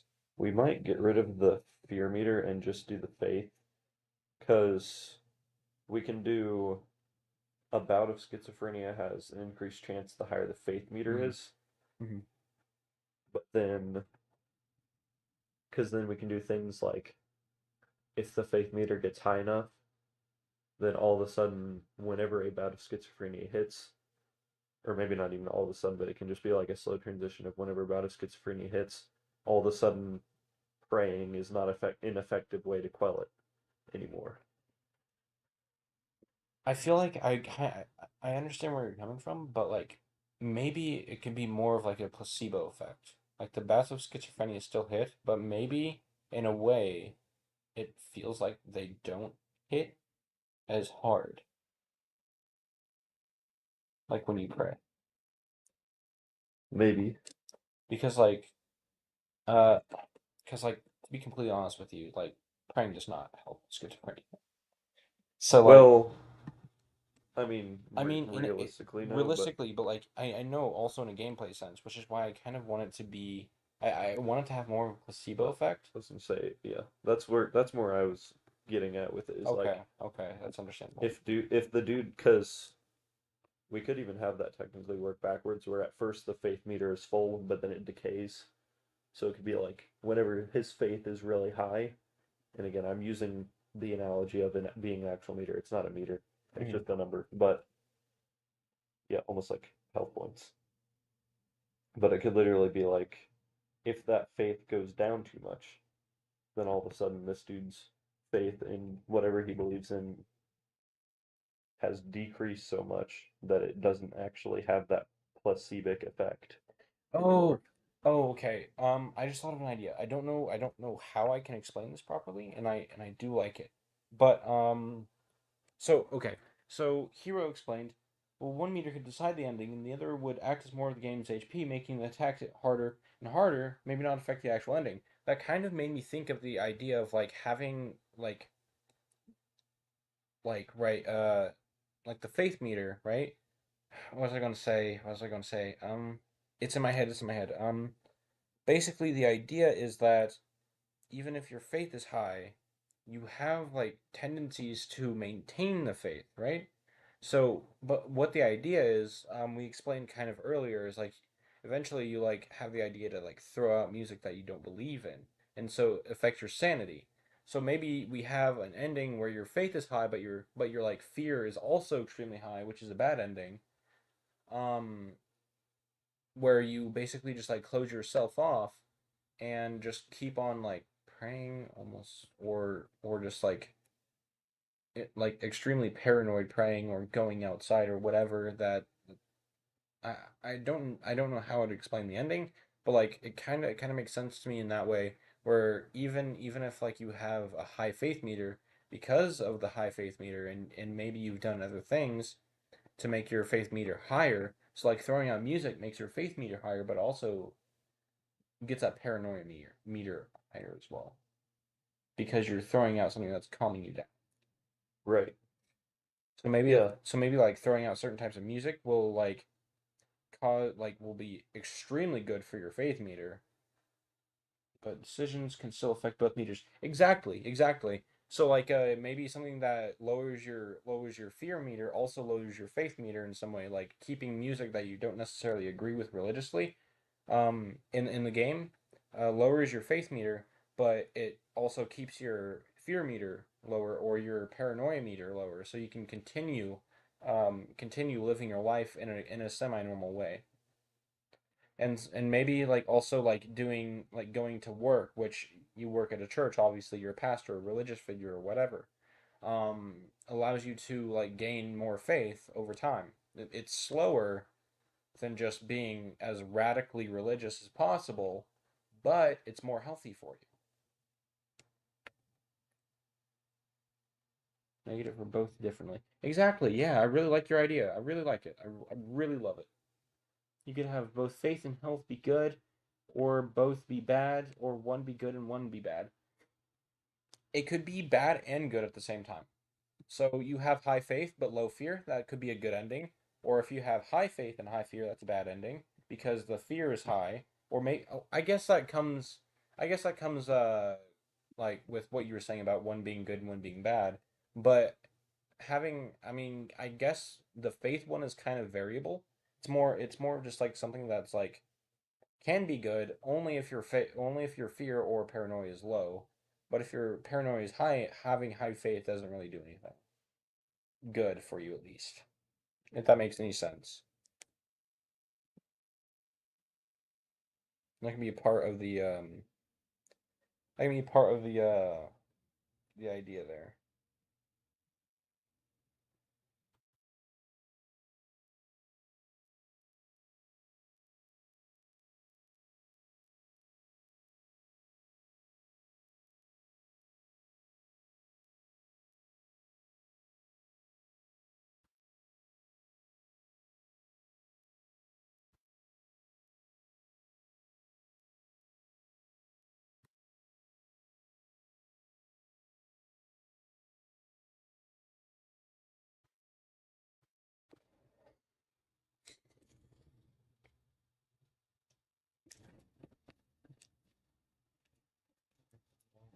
Hmm.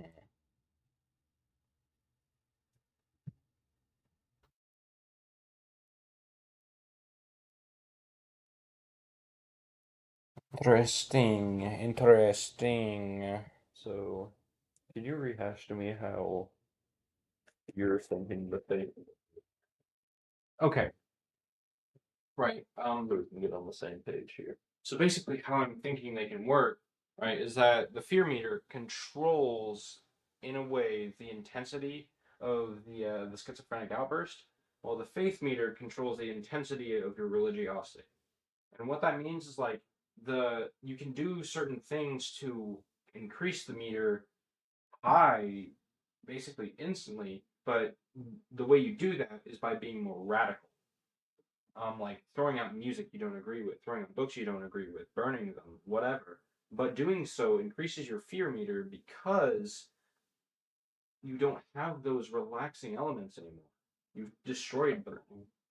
Huh? To comfort you, yeah. Go on. Yeah, pretty much. And so like you can do it with a slower, more slower, longer run where you're being mentally healthy by keeping those things that you enjoy, also going to work, which you work at a church, um, going to work, cleaning your house, whatever, that's a slower faith meter increase because you're technically also getting docs from religiosity points, I guess, Right. by keeping the music and books you don't agree with.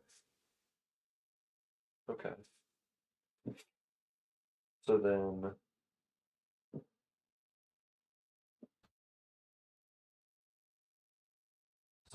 would the fear meter be, because I was kind of imagining it being like the faith meter is so you have like some amount of starting faith, like the maximum. And then from there it slowly decays over time based on how you react to different events. Because you're like having these, I agree, schizophrenic. You don't know they're schizophrenic outbursts. The character could legitimately think they're like demonic invasions, whatever. And so that slowly decays. Your faith slowly decays, and then as that faith decays, your volatility to schizophrenic outbreaks increases, meaning the intensity and the frequency of them increase. Yeah. And so you have the fear meter, which then is more just like an immediate thing, which is how I've written it on here, but that's something to change. Yeah. An immediate thing where like it starts at the baseline given by the faith meter based on how the player has previously reacted to different events, but then can increase even more depending on what that event is and different things with the event. Yeah, I agree. I just thought of an idea that kind of like put both of our ideas in a way we want them to be. Yeah. So the idea is like it's decreasing because you are slowly being kind of driven mad by the visions you're having and stuff like that. And so like my idea is like yes, the fear meter is slowly decaying, but you can always do the most radical thing ever by by destroying all of your comforting things that you don't believe in, um, which would basically top up your fear meter every time, but it would make you more susceptible to schizophrenic attacks as well, or whatever attacks. But you can also slowly like every single day your faith meter goes down, but you can always raise it up the next day by going by like because like by going to your job on like Wednesday and Sunday, which are 2 days you preach at the church. Yeah. So you do that and it raises your faith, but slower than it would be if you just destroyed all your stuff. Right. So it's lowering every day, and so you're still getting schizophrenic outbursts, but and they're still going to be extremely intense. But as long as you're not acting paranoid during those times, they're going to like relatively stay the same. Okay. What do you think about that, Hero? Like that idea? Let's see what you say. Could be both faith and health, good, bad. Decisions, ending names don't have to be good or bad. You can keep ambiguous with specific, like insanity ending, or faith will servant ending, or reconciliation ending. But naturally create four endings: high fear plus high faith, low fear plus low faith, low fear, high fear, low faith. Just thoughts. Yeah, basically different combinations of endings, which would be really cool. And I really want a game with branching endings anyway. So I totally agree. I agree with that. And we can like make it dynamic in a way that's, well, I guess I don't know how many endings the type of meters we're talking about will work with the way we're planning this. But I still really like the ideas in general. Mm-hmm. The brain juices are flowing today. They are.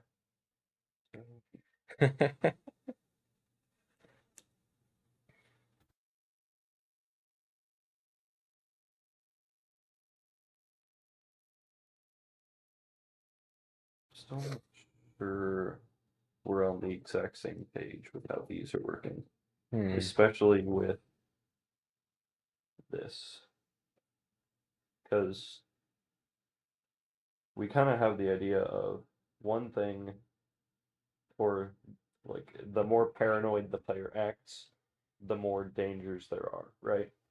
Hmm. So I was kind of trying to play into that with the faith meter, as in like the more paranoid they act,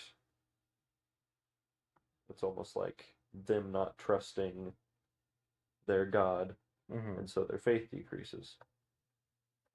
Hmm.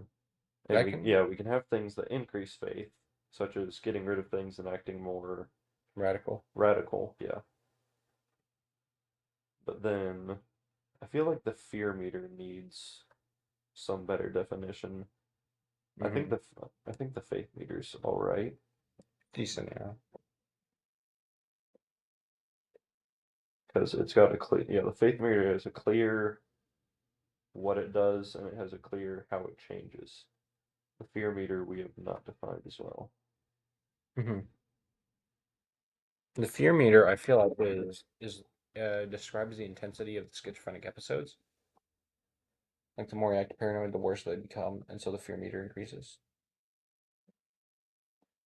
And the faith meter basically like attacks the fear meter in a way, but it also goes down every day because you're listening or you're reading books, listening to music that have um I feel like we almost need to flip the names because I feel like fear meter would work better here because this is like this feels like it would make more sense as like how scared of a certain event you act yeah. versus we could have the faith meter be like different decisions you make in the game that affect how religiously aligned you are. Hmm.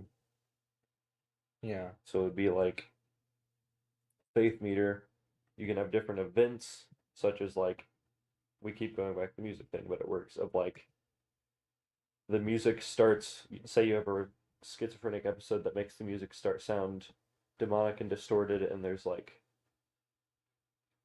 a bunch of, I don't know, we can do visual effects happening around the gramophone, Hmm. and then it gives you a prompt to throw out or burn the gramophone because you think that that's, actually like demonically infested. So say you do get rid of that and you do like burn the gramophone. That could raise your faith meter. Thing is right. Could raise your The thing about having a sanity meter though is that it's patented, and I don't know if there's going to be legal liabilities with renaming it to a sanity meter. I never said sin. Oh, did he say Yeah, he sanity said. meter? Yeah, you were just talking about renaming to sanity meter.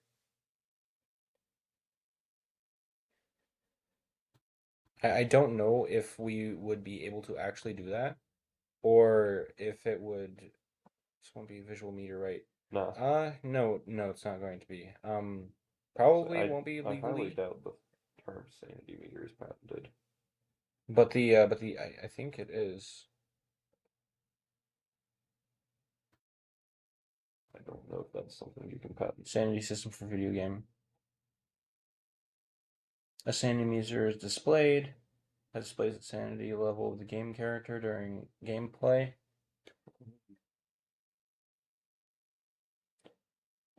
Never mind it. Oh, it expired. Yay! Nintendo's patent on a sanity system for video game expired about 3 years ago. Oh, it actually Cool. expired, Hero. We're able to add sanity.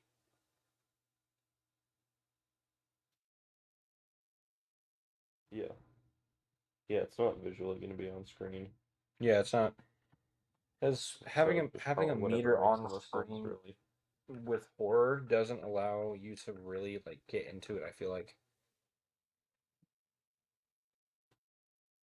My throat. Like in my sinuses. Feeling.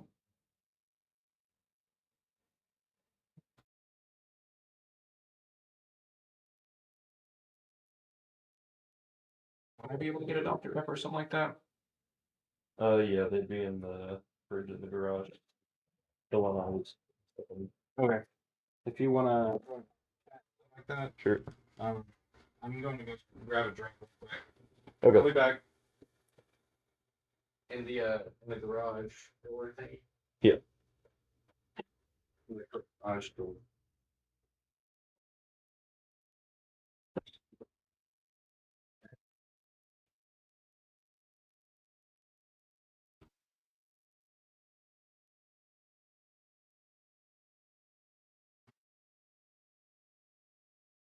I need my sinus meter decreased.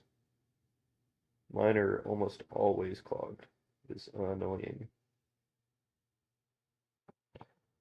How can I rephrase this? You have paranoid episodes become more frequent. Kind of, yeah.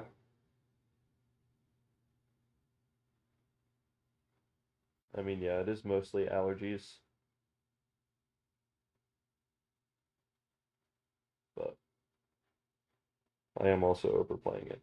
It's not that bad. It's mostly at night.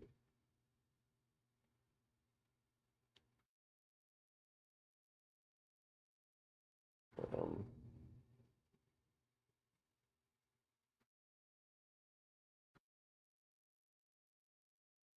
fear meter.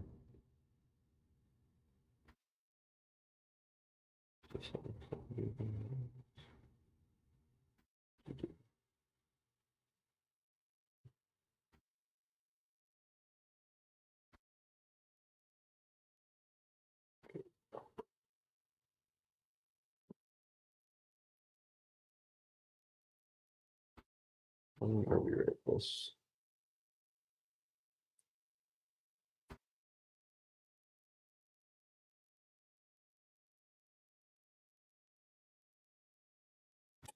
Okay, I'm back.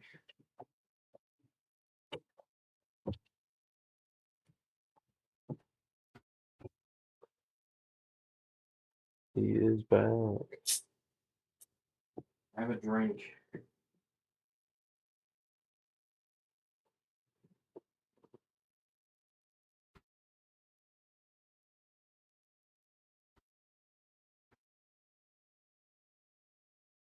Just like my throat was. Ugh.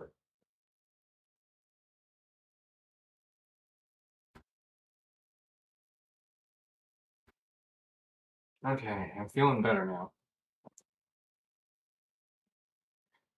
I've never.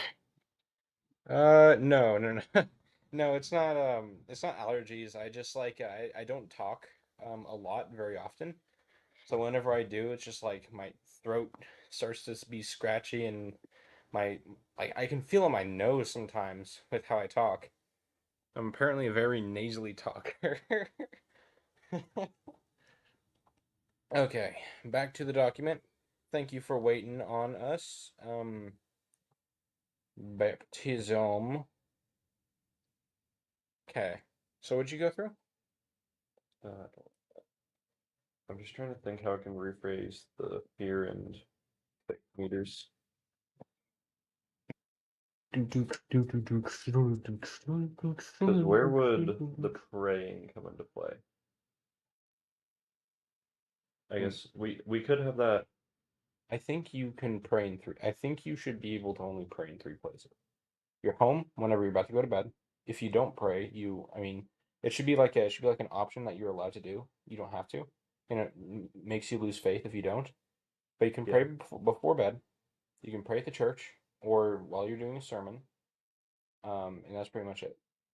Actually, because you I have was thinking three times you can, but not three places, but three times. we could do. I kind of like the idea you mentioned a while ago of the praying just being like placebo in a way, Hmm. where like you can use praying whenever you have a like schizophrenic outbreak, and it will like actually help the outbreak most of the time, but it does not actually affect either your fear or faith meters. So it doesn't actually have an impact on how often or how intense your outbreaks are. It just slightly helps the current one, You know what I think it should and be then able they to do? become less effective as fear goes up. So maybe fear goes up gradually over time no matter what, and faith goes down gradually over time no matter what. But whenever you pray, it stops going down or goes up a little bit, and then the fear stays stagnant, but it never goes down.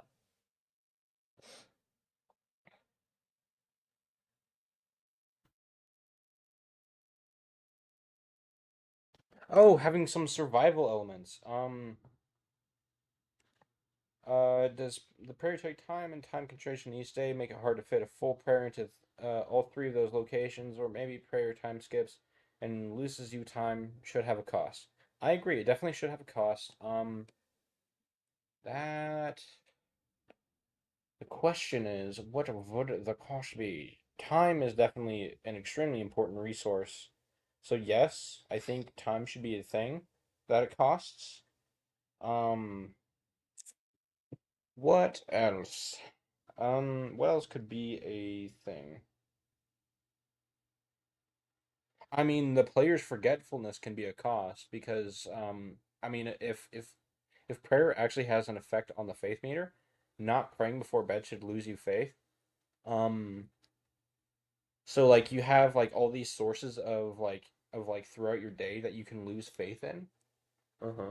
but you can still gain faith and you can still gain fear and you can still lower fear a bit, but I think over time the fear should keep on going up whenever you act like paranoid whenever stuff like horror stuff happens. Right.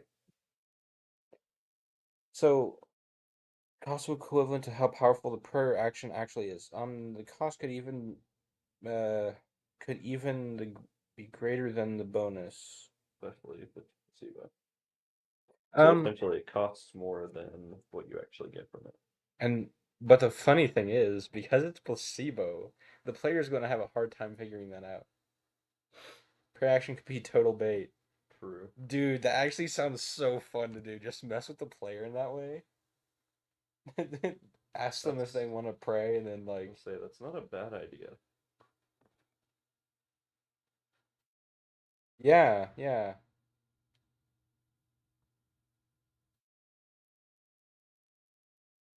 Having it not be something that they're told about seems like a really good idea.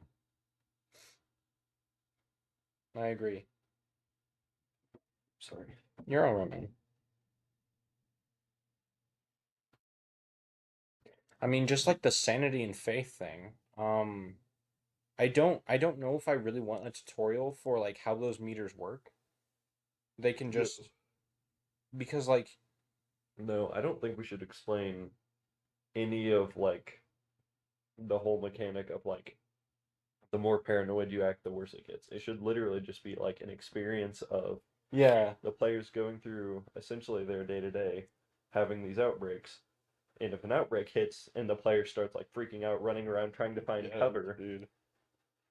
then all of a sudden their fear skyrockets and their faith can start decreasing. And then we can have this prayer thing to make it seem like a way to get it to go away, but it might actually not do anything. What do you think Yeah. about that? Yeah, and then like Hero says something which actually really really makes me happy. It's such a good idea. Just indicators is saying pray at key times and locations with no explanation. That Right. seems so good. That seems so good, especially if like it's like it would also be really cool for it to be like for it to keep you away, like praying to keep you away from like going into your comfort, which is your house, and like you reading and like doing your chores and stuff like that, and also like listening to music. It should like kind of keep you away from that. Like during the times of praying, like the screen goes dark for a little bit, and then like there's no music, no sound, nothing. Hmm. I think it'd be kind of cool, like that. That in that way it can cause the prayer to be a placebo. Because I really want to mess with the player. You know what I mean? Yeah. Your hand okay, man? Sweaty. Oh, I'm trying to air it out. I air see. it I out. see. Yeah.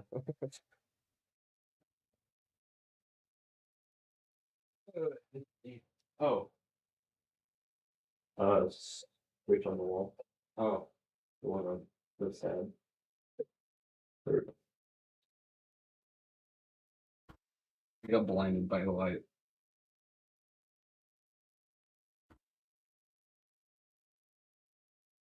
So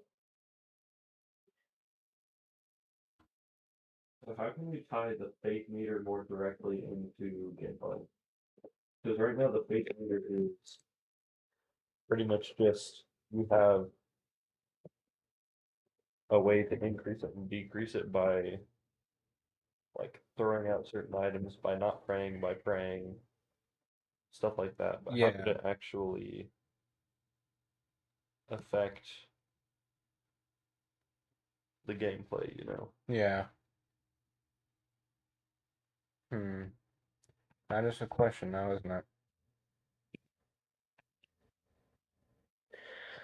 So in one way, I feel like the faith can be implemented into the game besides just being a random meter. Right. I feel like it. Other than literally just being for endings, yeah. I feel like it can control the fear, right? So whenever whenever you have like steadfast religiosity in something, I feel like you're a lot less susceptible to things that you see as paranormal, Right. right? So maybe this guy thinks he's actually being like surrounded by demons in the game, and then like using faith, maybe maybe it's like a buffer. If you run out of faith, then the fear meter goes up. And if you get more faith, the fear meter stops going up.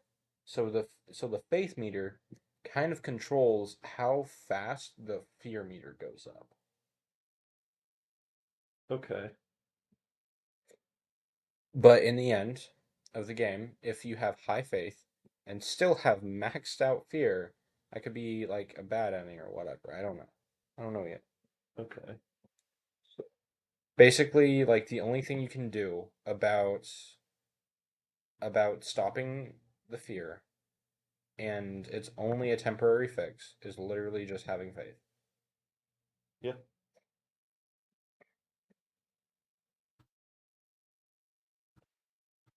I do want that to be a core theme, essentially, is just having faith. Oh, a lot of games that actual mechanics being kept ambiguity is very powerful. People like figuring things out and problem solving. I agree. I love that. Yeah, the irony of it keeping you away from actually good decisions, the cost isn't worth it. People like figuring things out, especially on a game you want them to play multiple times to try to optimize their endings. Hey, last time I prayed 24/7 and it didn't help. What could I do different? Stuff like that. Yeah, I totally agree with you. Um, I really like where you're going with this. It's amazing. I love it.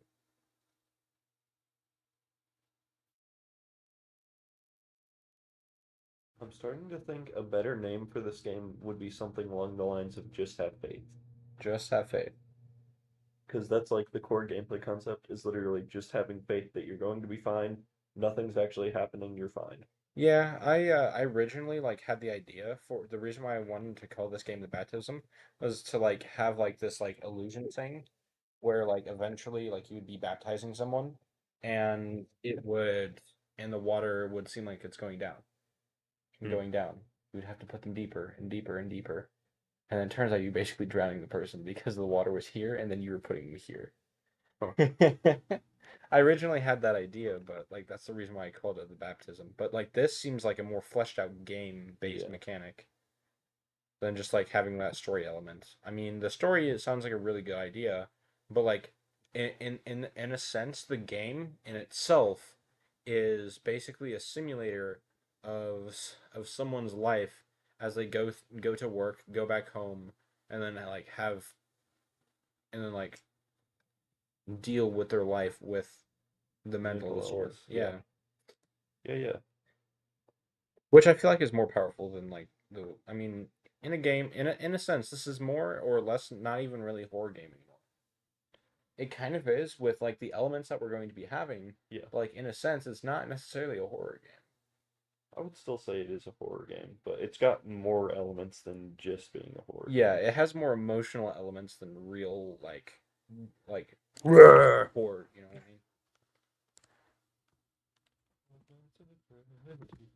I mean? Unfive Nights, your Freddy's. Right. I'm never going to do that again on stream. I'm never doing that again on stream, dude.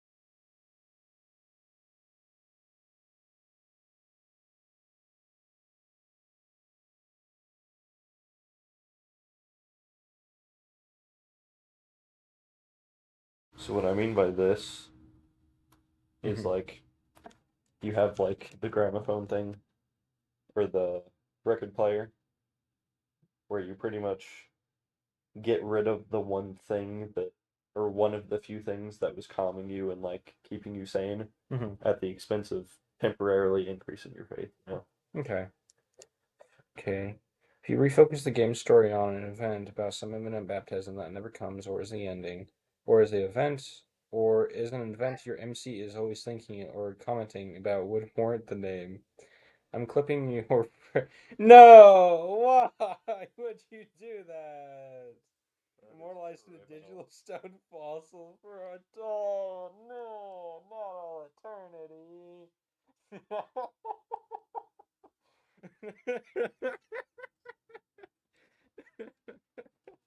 Okay, make me a meme. I I will die with that legacy and I will be happy.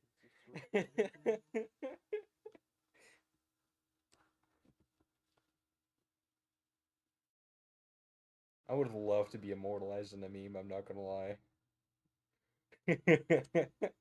This guy is literally the man behind the slaughter. Oh my gosh.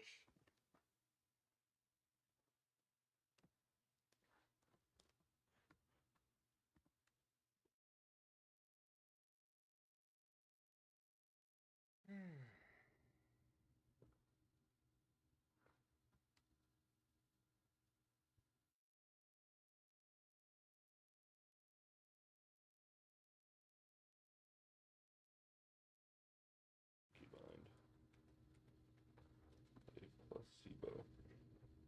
I wouldn't say necessarily a placebo, but like it ups your faith and like maybe Like a temporary boost, or not temporary, but just like a small bump to your faith, yeah, maybe. it's like a small bump to your it's like barely above a placebo. It's like it Right. affects your faith a bit, but not as much as other things. Yeah. So like eventually the fear will always arise. Like that's probably Okay. that's I pro I like this a lot more. yeah, where like we know that the faith is probably always going down and the fear is always going up as long well unless you have some faith. Hmm. And so you the faith is basically your saving grace pretty much in making sure that the fear doesn't go up. Better idea What's up? to faith is instead of it being like an overshield in a way Mm-hmm. before your fear, it could almost be like a modifier to the amount of fear you gain. It's like if you're full faith, you can say you have 100% faith, means you take 0% fear. But if you have 80% faith, then you take 20% fear Yeah, I in a suppose. way. And so if you're at 0% faith, then you're gaining a lot of fear. So it's like Mm-hmm. instead of being a direct overshield, so these little bumps from like praying All right. actually do make a difference, Mm-hmm. but not that much of a difference. Yeah. Because it's like you might gain like 10% less fear because your faith went up. Yeah. All right. Thank Because, you so much, Hero, for dropping in. I hope you have a wonderful day, man. yeah, thanks for And joining. yeah, You brought up a lot of good points. yeah. I'm glad we got some chats from our players. Okay. But yeah, because Yep. then the only issue with it being in Overshield is that would pretty much make it to where it would be pretty hard to balance either the faith goes down too quickly and Mm-hmm. it's too hard to gain back, and so then you're just gaining fear for the rest of the game, Mm-hmm. or it doesn't go down fast enough and you just never end up gaining fear, you know? Mm-hmm. So having it be like a modifier would make it to where they do affect each other, Mm-hmm. but it's not like as reliant on each other, you know? Okay. That makes it better. Yeah, I agree. That, okay, I'm gonna reword this then. And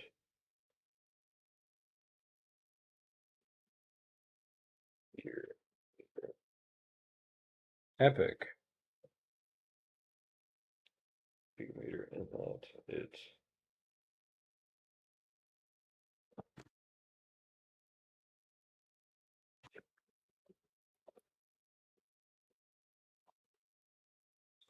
this fear meter, and that it.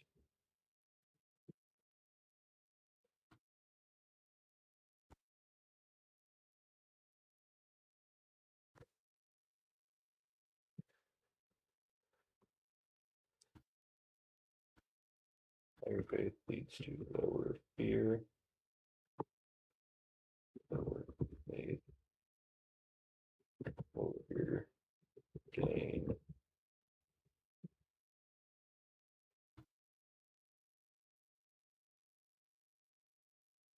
gain. There we go. Okay. And then I have down here or faith. Yep.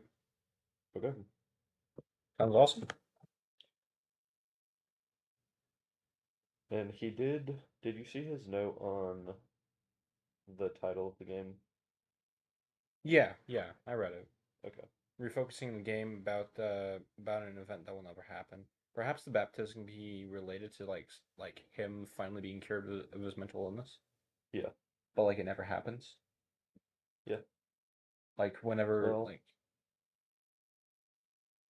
I guess maybe.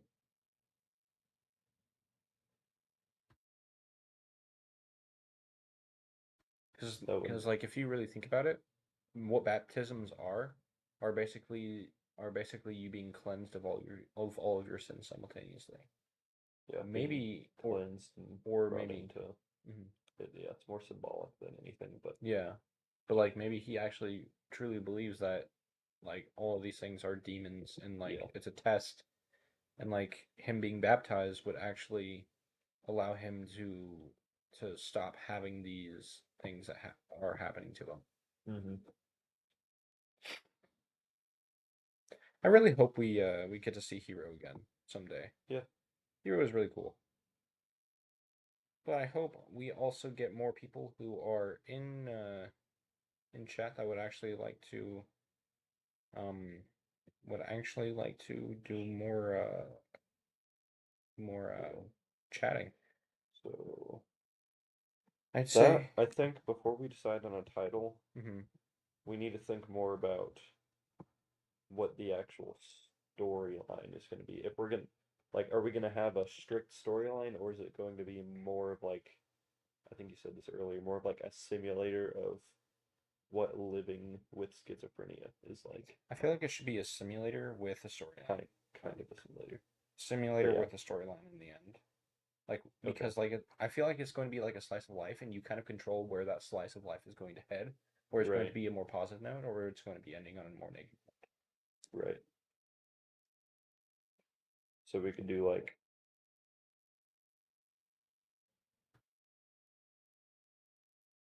so yeah, so it's pretty much just you're living the life of a day-to-day, I guess, priest. I don't think we've Things like a necessarily pastor studied, or something yeah, like that. pastor, whatever, that has mental illness, different things affect it. That's gameplay stuff. And then, do we want to do, yeah, that is a good question. Like, what would dictate the actual ending? We could do that baptism route to dictate the actual ending of the game. Yeah, whether or not he actually gets his baptism and gets proverbially cured of Proverbially. it's one of those words. I think it's proverbially, but yeah. Yeah, proverbially. But yeah, I think that is a good idea. Yeah, Because then we can have different endings. Like, if the paranoia does get incredibly bad, then we could have different endings. Like, I don't know, maybe like literally just one where he gets into an insane asylum or something like that. he gets a lobotomy. Gets a lobotomy, yeah. The lobotomy ending. Yeah, lobotomized. Which of the ideas he said? He. Insanity ending, yeah. Faithful servant ending. Reconciliation ending. Yeah, literally like one that's like insanity ending where faith is at a minimum, fear is at the highest. Like you literally just go insane. You don't get your baptism because you got, hauled off to an insane asylum because you were incoherent in the middle of a store or something. Yeah, and then And someone called the police and they hauled you to an insane asylum. And then one where your faith is high, but your fear is low. And so what would that lead to? If faith is high, fear is low, what kind of ending would that be? maybe you preach at the church still, but you're more radically preaching, and so no one's believing in you, believing in what you're saying, and Well, maybe you're shunned by the church. I guess faith is high, fear is low would just be the normal ending, wouldn't it? Yeah. The that would just be the normal baptism ending Oh yeah, because that's that's baptism the ending. ideal situation, right? Yeah, but then you have faith high, fear high as Yeah. well. Faith high, fear high. That's what I was thinking of. So, yeah, that would be I could almost lead to like some kind of occult ideology coming from them. Occultist ending. Occultist ending. Yeah, Yeah. we can think more on that. And then what's left? Faith low, fear high? No, we did that. Faith low, fear low would be, Renegade ending. yeah, something like that. Or you just like learn to live with it, but you quit your job. Low, fear low. Yeah. The reformed ending, I don't know. I think Renegade makes more sense.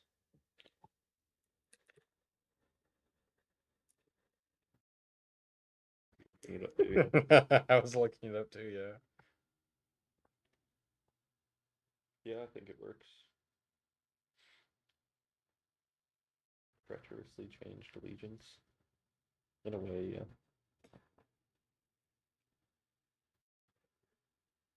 That's going to be one of the hardest to get, though, because you'd have to play really like have zero like reaction to anything that's happening Yeah. while doing everything you can to drop your faith. Yeah. Because yeah, your fear is going to be really volatile if your faith is at zero. Yeah.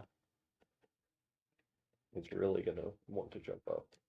So yeah, I think like something that we can like kind of tell.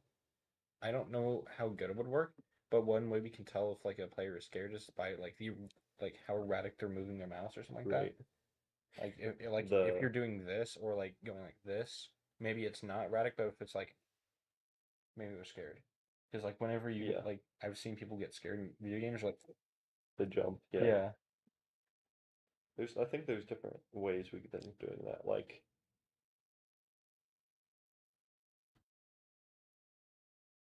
we could even put like certain markers on different like set pieces Mhm. that are like different areas that would be the places where someone who's scared might try to hide. Mhm. And then we can put like little markers where if someone goes into this area and stays there, then it slowly starts giving them fear because you know that they're sitting there because they're Yeah. hiding, Oh, this is so evil, stuff dude. like that. This is such an evil thing to do. So we can think more about that specifically later, Yeah. like how we can actually, and that might be like a during starting development, how we'd actually track how paranoid a player is acting. Mhm. But I think this works.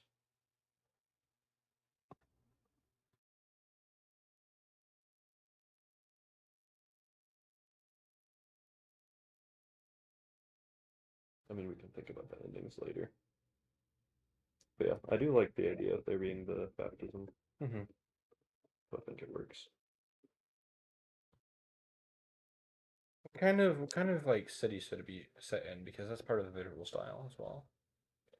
Like, do you mean whether it's like rural or Yeah. urban or stuff Yeah. like that? Mm, Rural urban community set in the distant past in the with with elements of the far future. naturally. Mm-hmm. Mm, Literally every sci-fi movie ever. right. Uh, either could really work. Mhm. Like you can have elements of like if it's rural, you could have elements of the dude living in like a secluded wooded house, driving like through a windy path to work, and then going from there and walking, a block down to a store because he has to do grocery shopping on the way home, and then walking back and then driving home. Like, or you could do an urban where it's, Mhm. you don't have to have the driving elements. It's all just like right walking distance. I like the idea of having driving elements though, I do too. because it's like, because like that's the perfect time to like be alone with your thoughts, Right. just when you're driving by yourself. We're doing it in Godot, right? Yeah, Okay. I think so. Yeah. I have kind of like some. Oh yeah, one thing we were gonna do, um, is to see if we can like work on the same project together in Godot. If there's like a way to do that. There should be. We'll just have to Hopefuller. figure it out. We've not done that.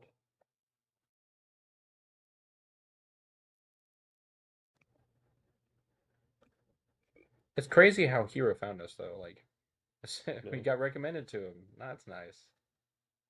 Like as soon as he was like planning on like quitting Unity.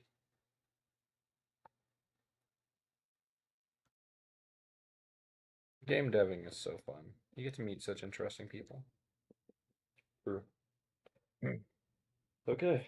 If we do catch that movie, that's at 6, so we should probably get ready to go. Yeah, I'll wrap up stream real quick. So we say that's a good stopping point there. We made a All lot right. of good work. Yeah, we are Good probably progress. going to be ending stream right now. I hope you all have a wonderful day. We have somewhere else to be. Um, anyway, good night.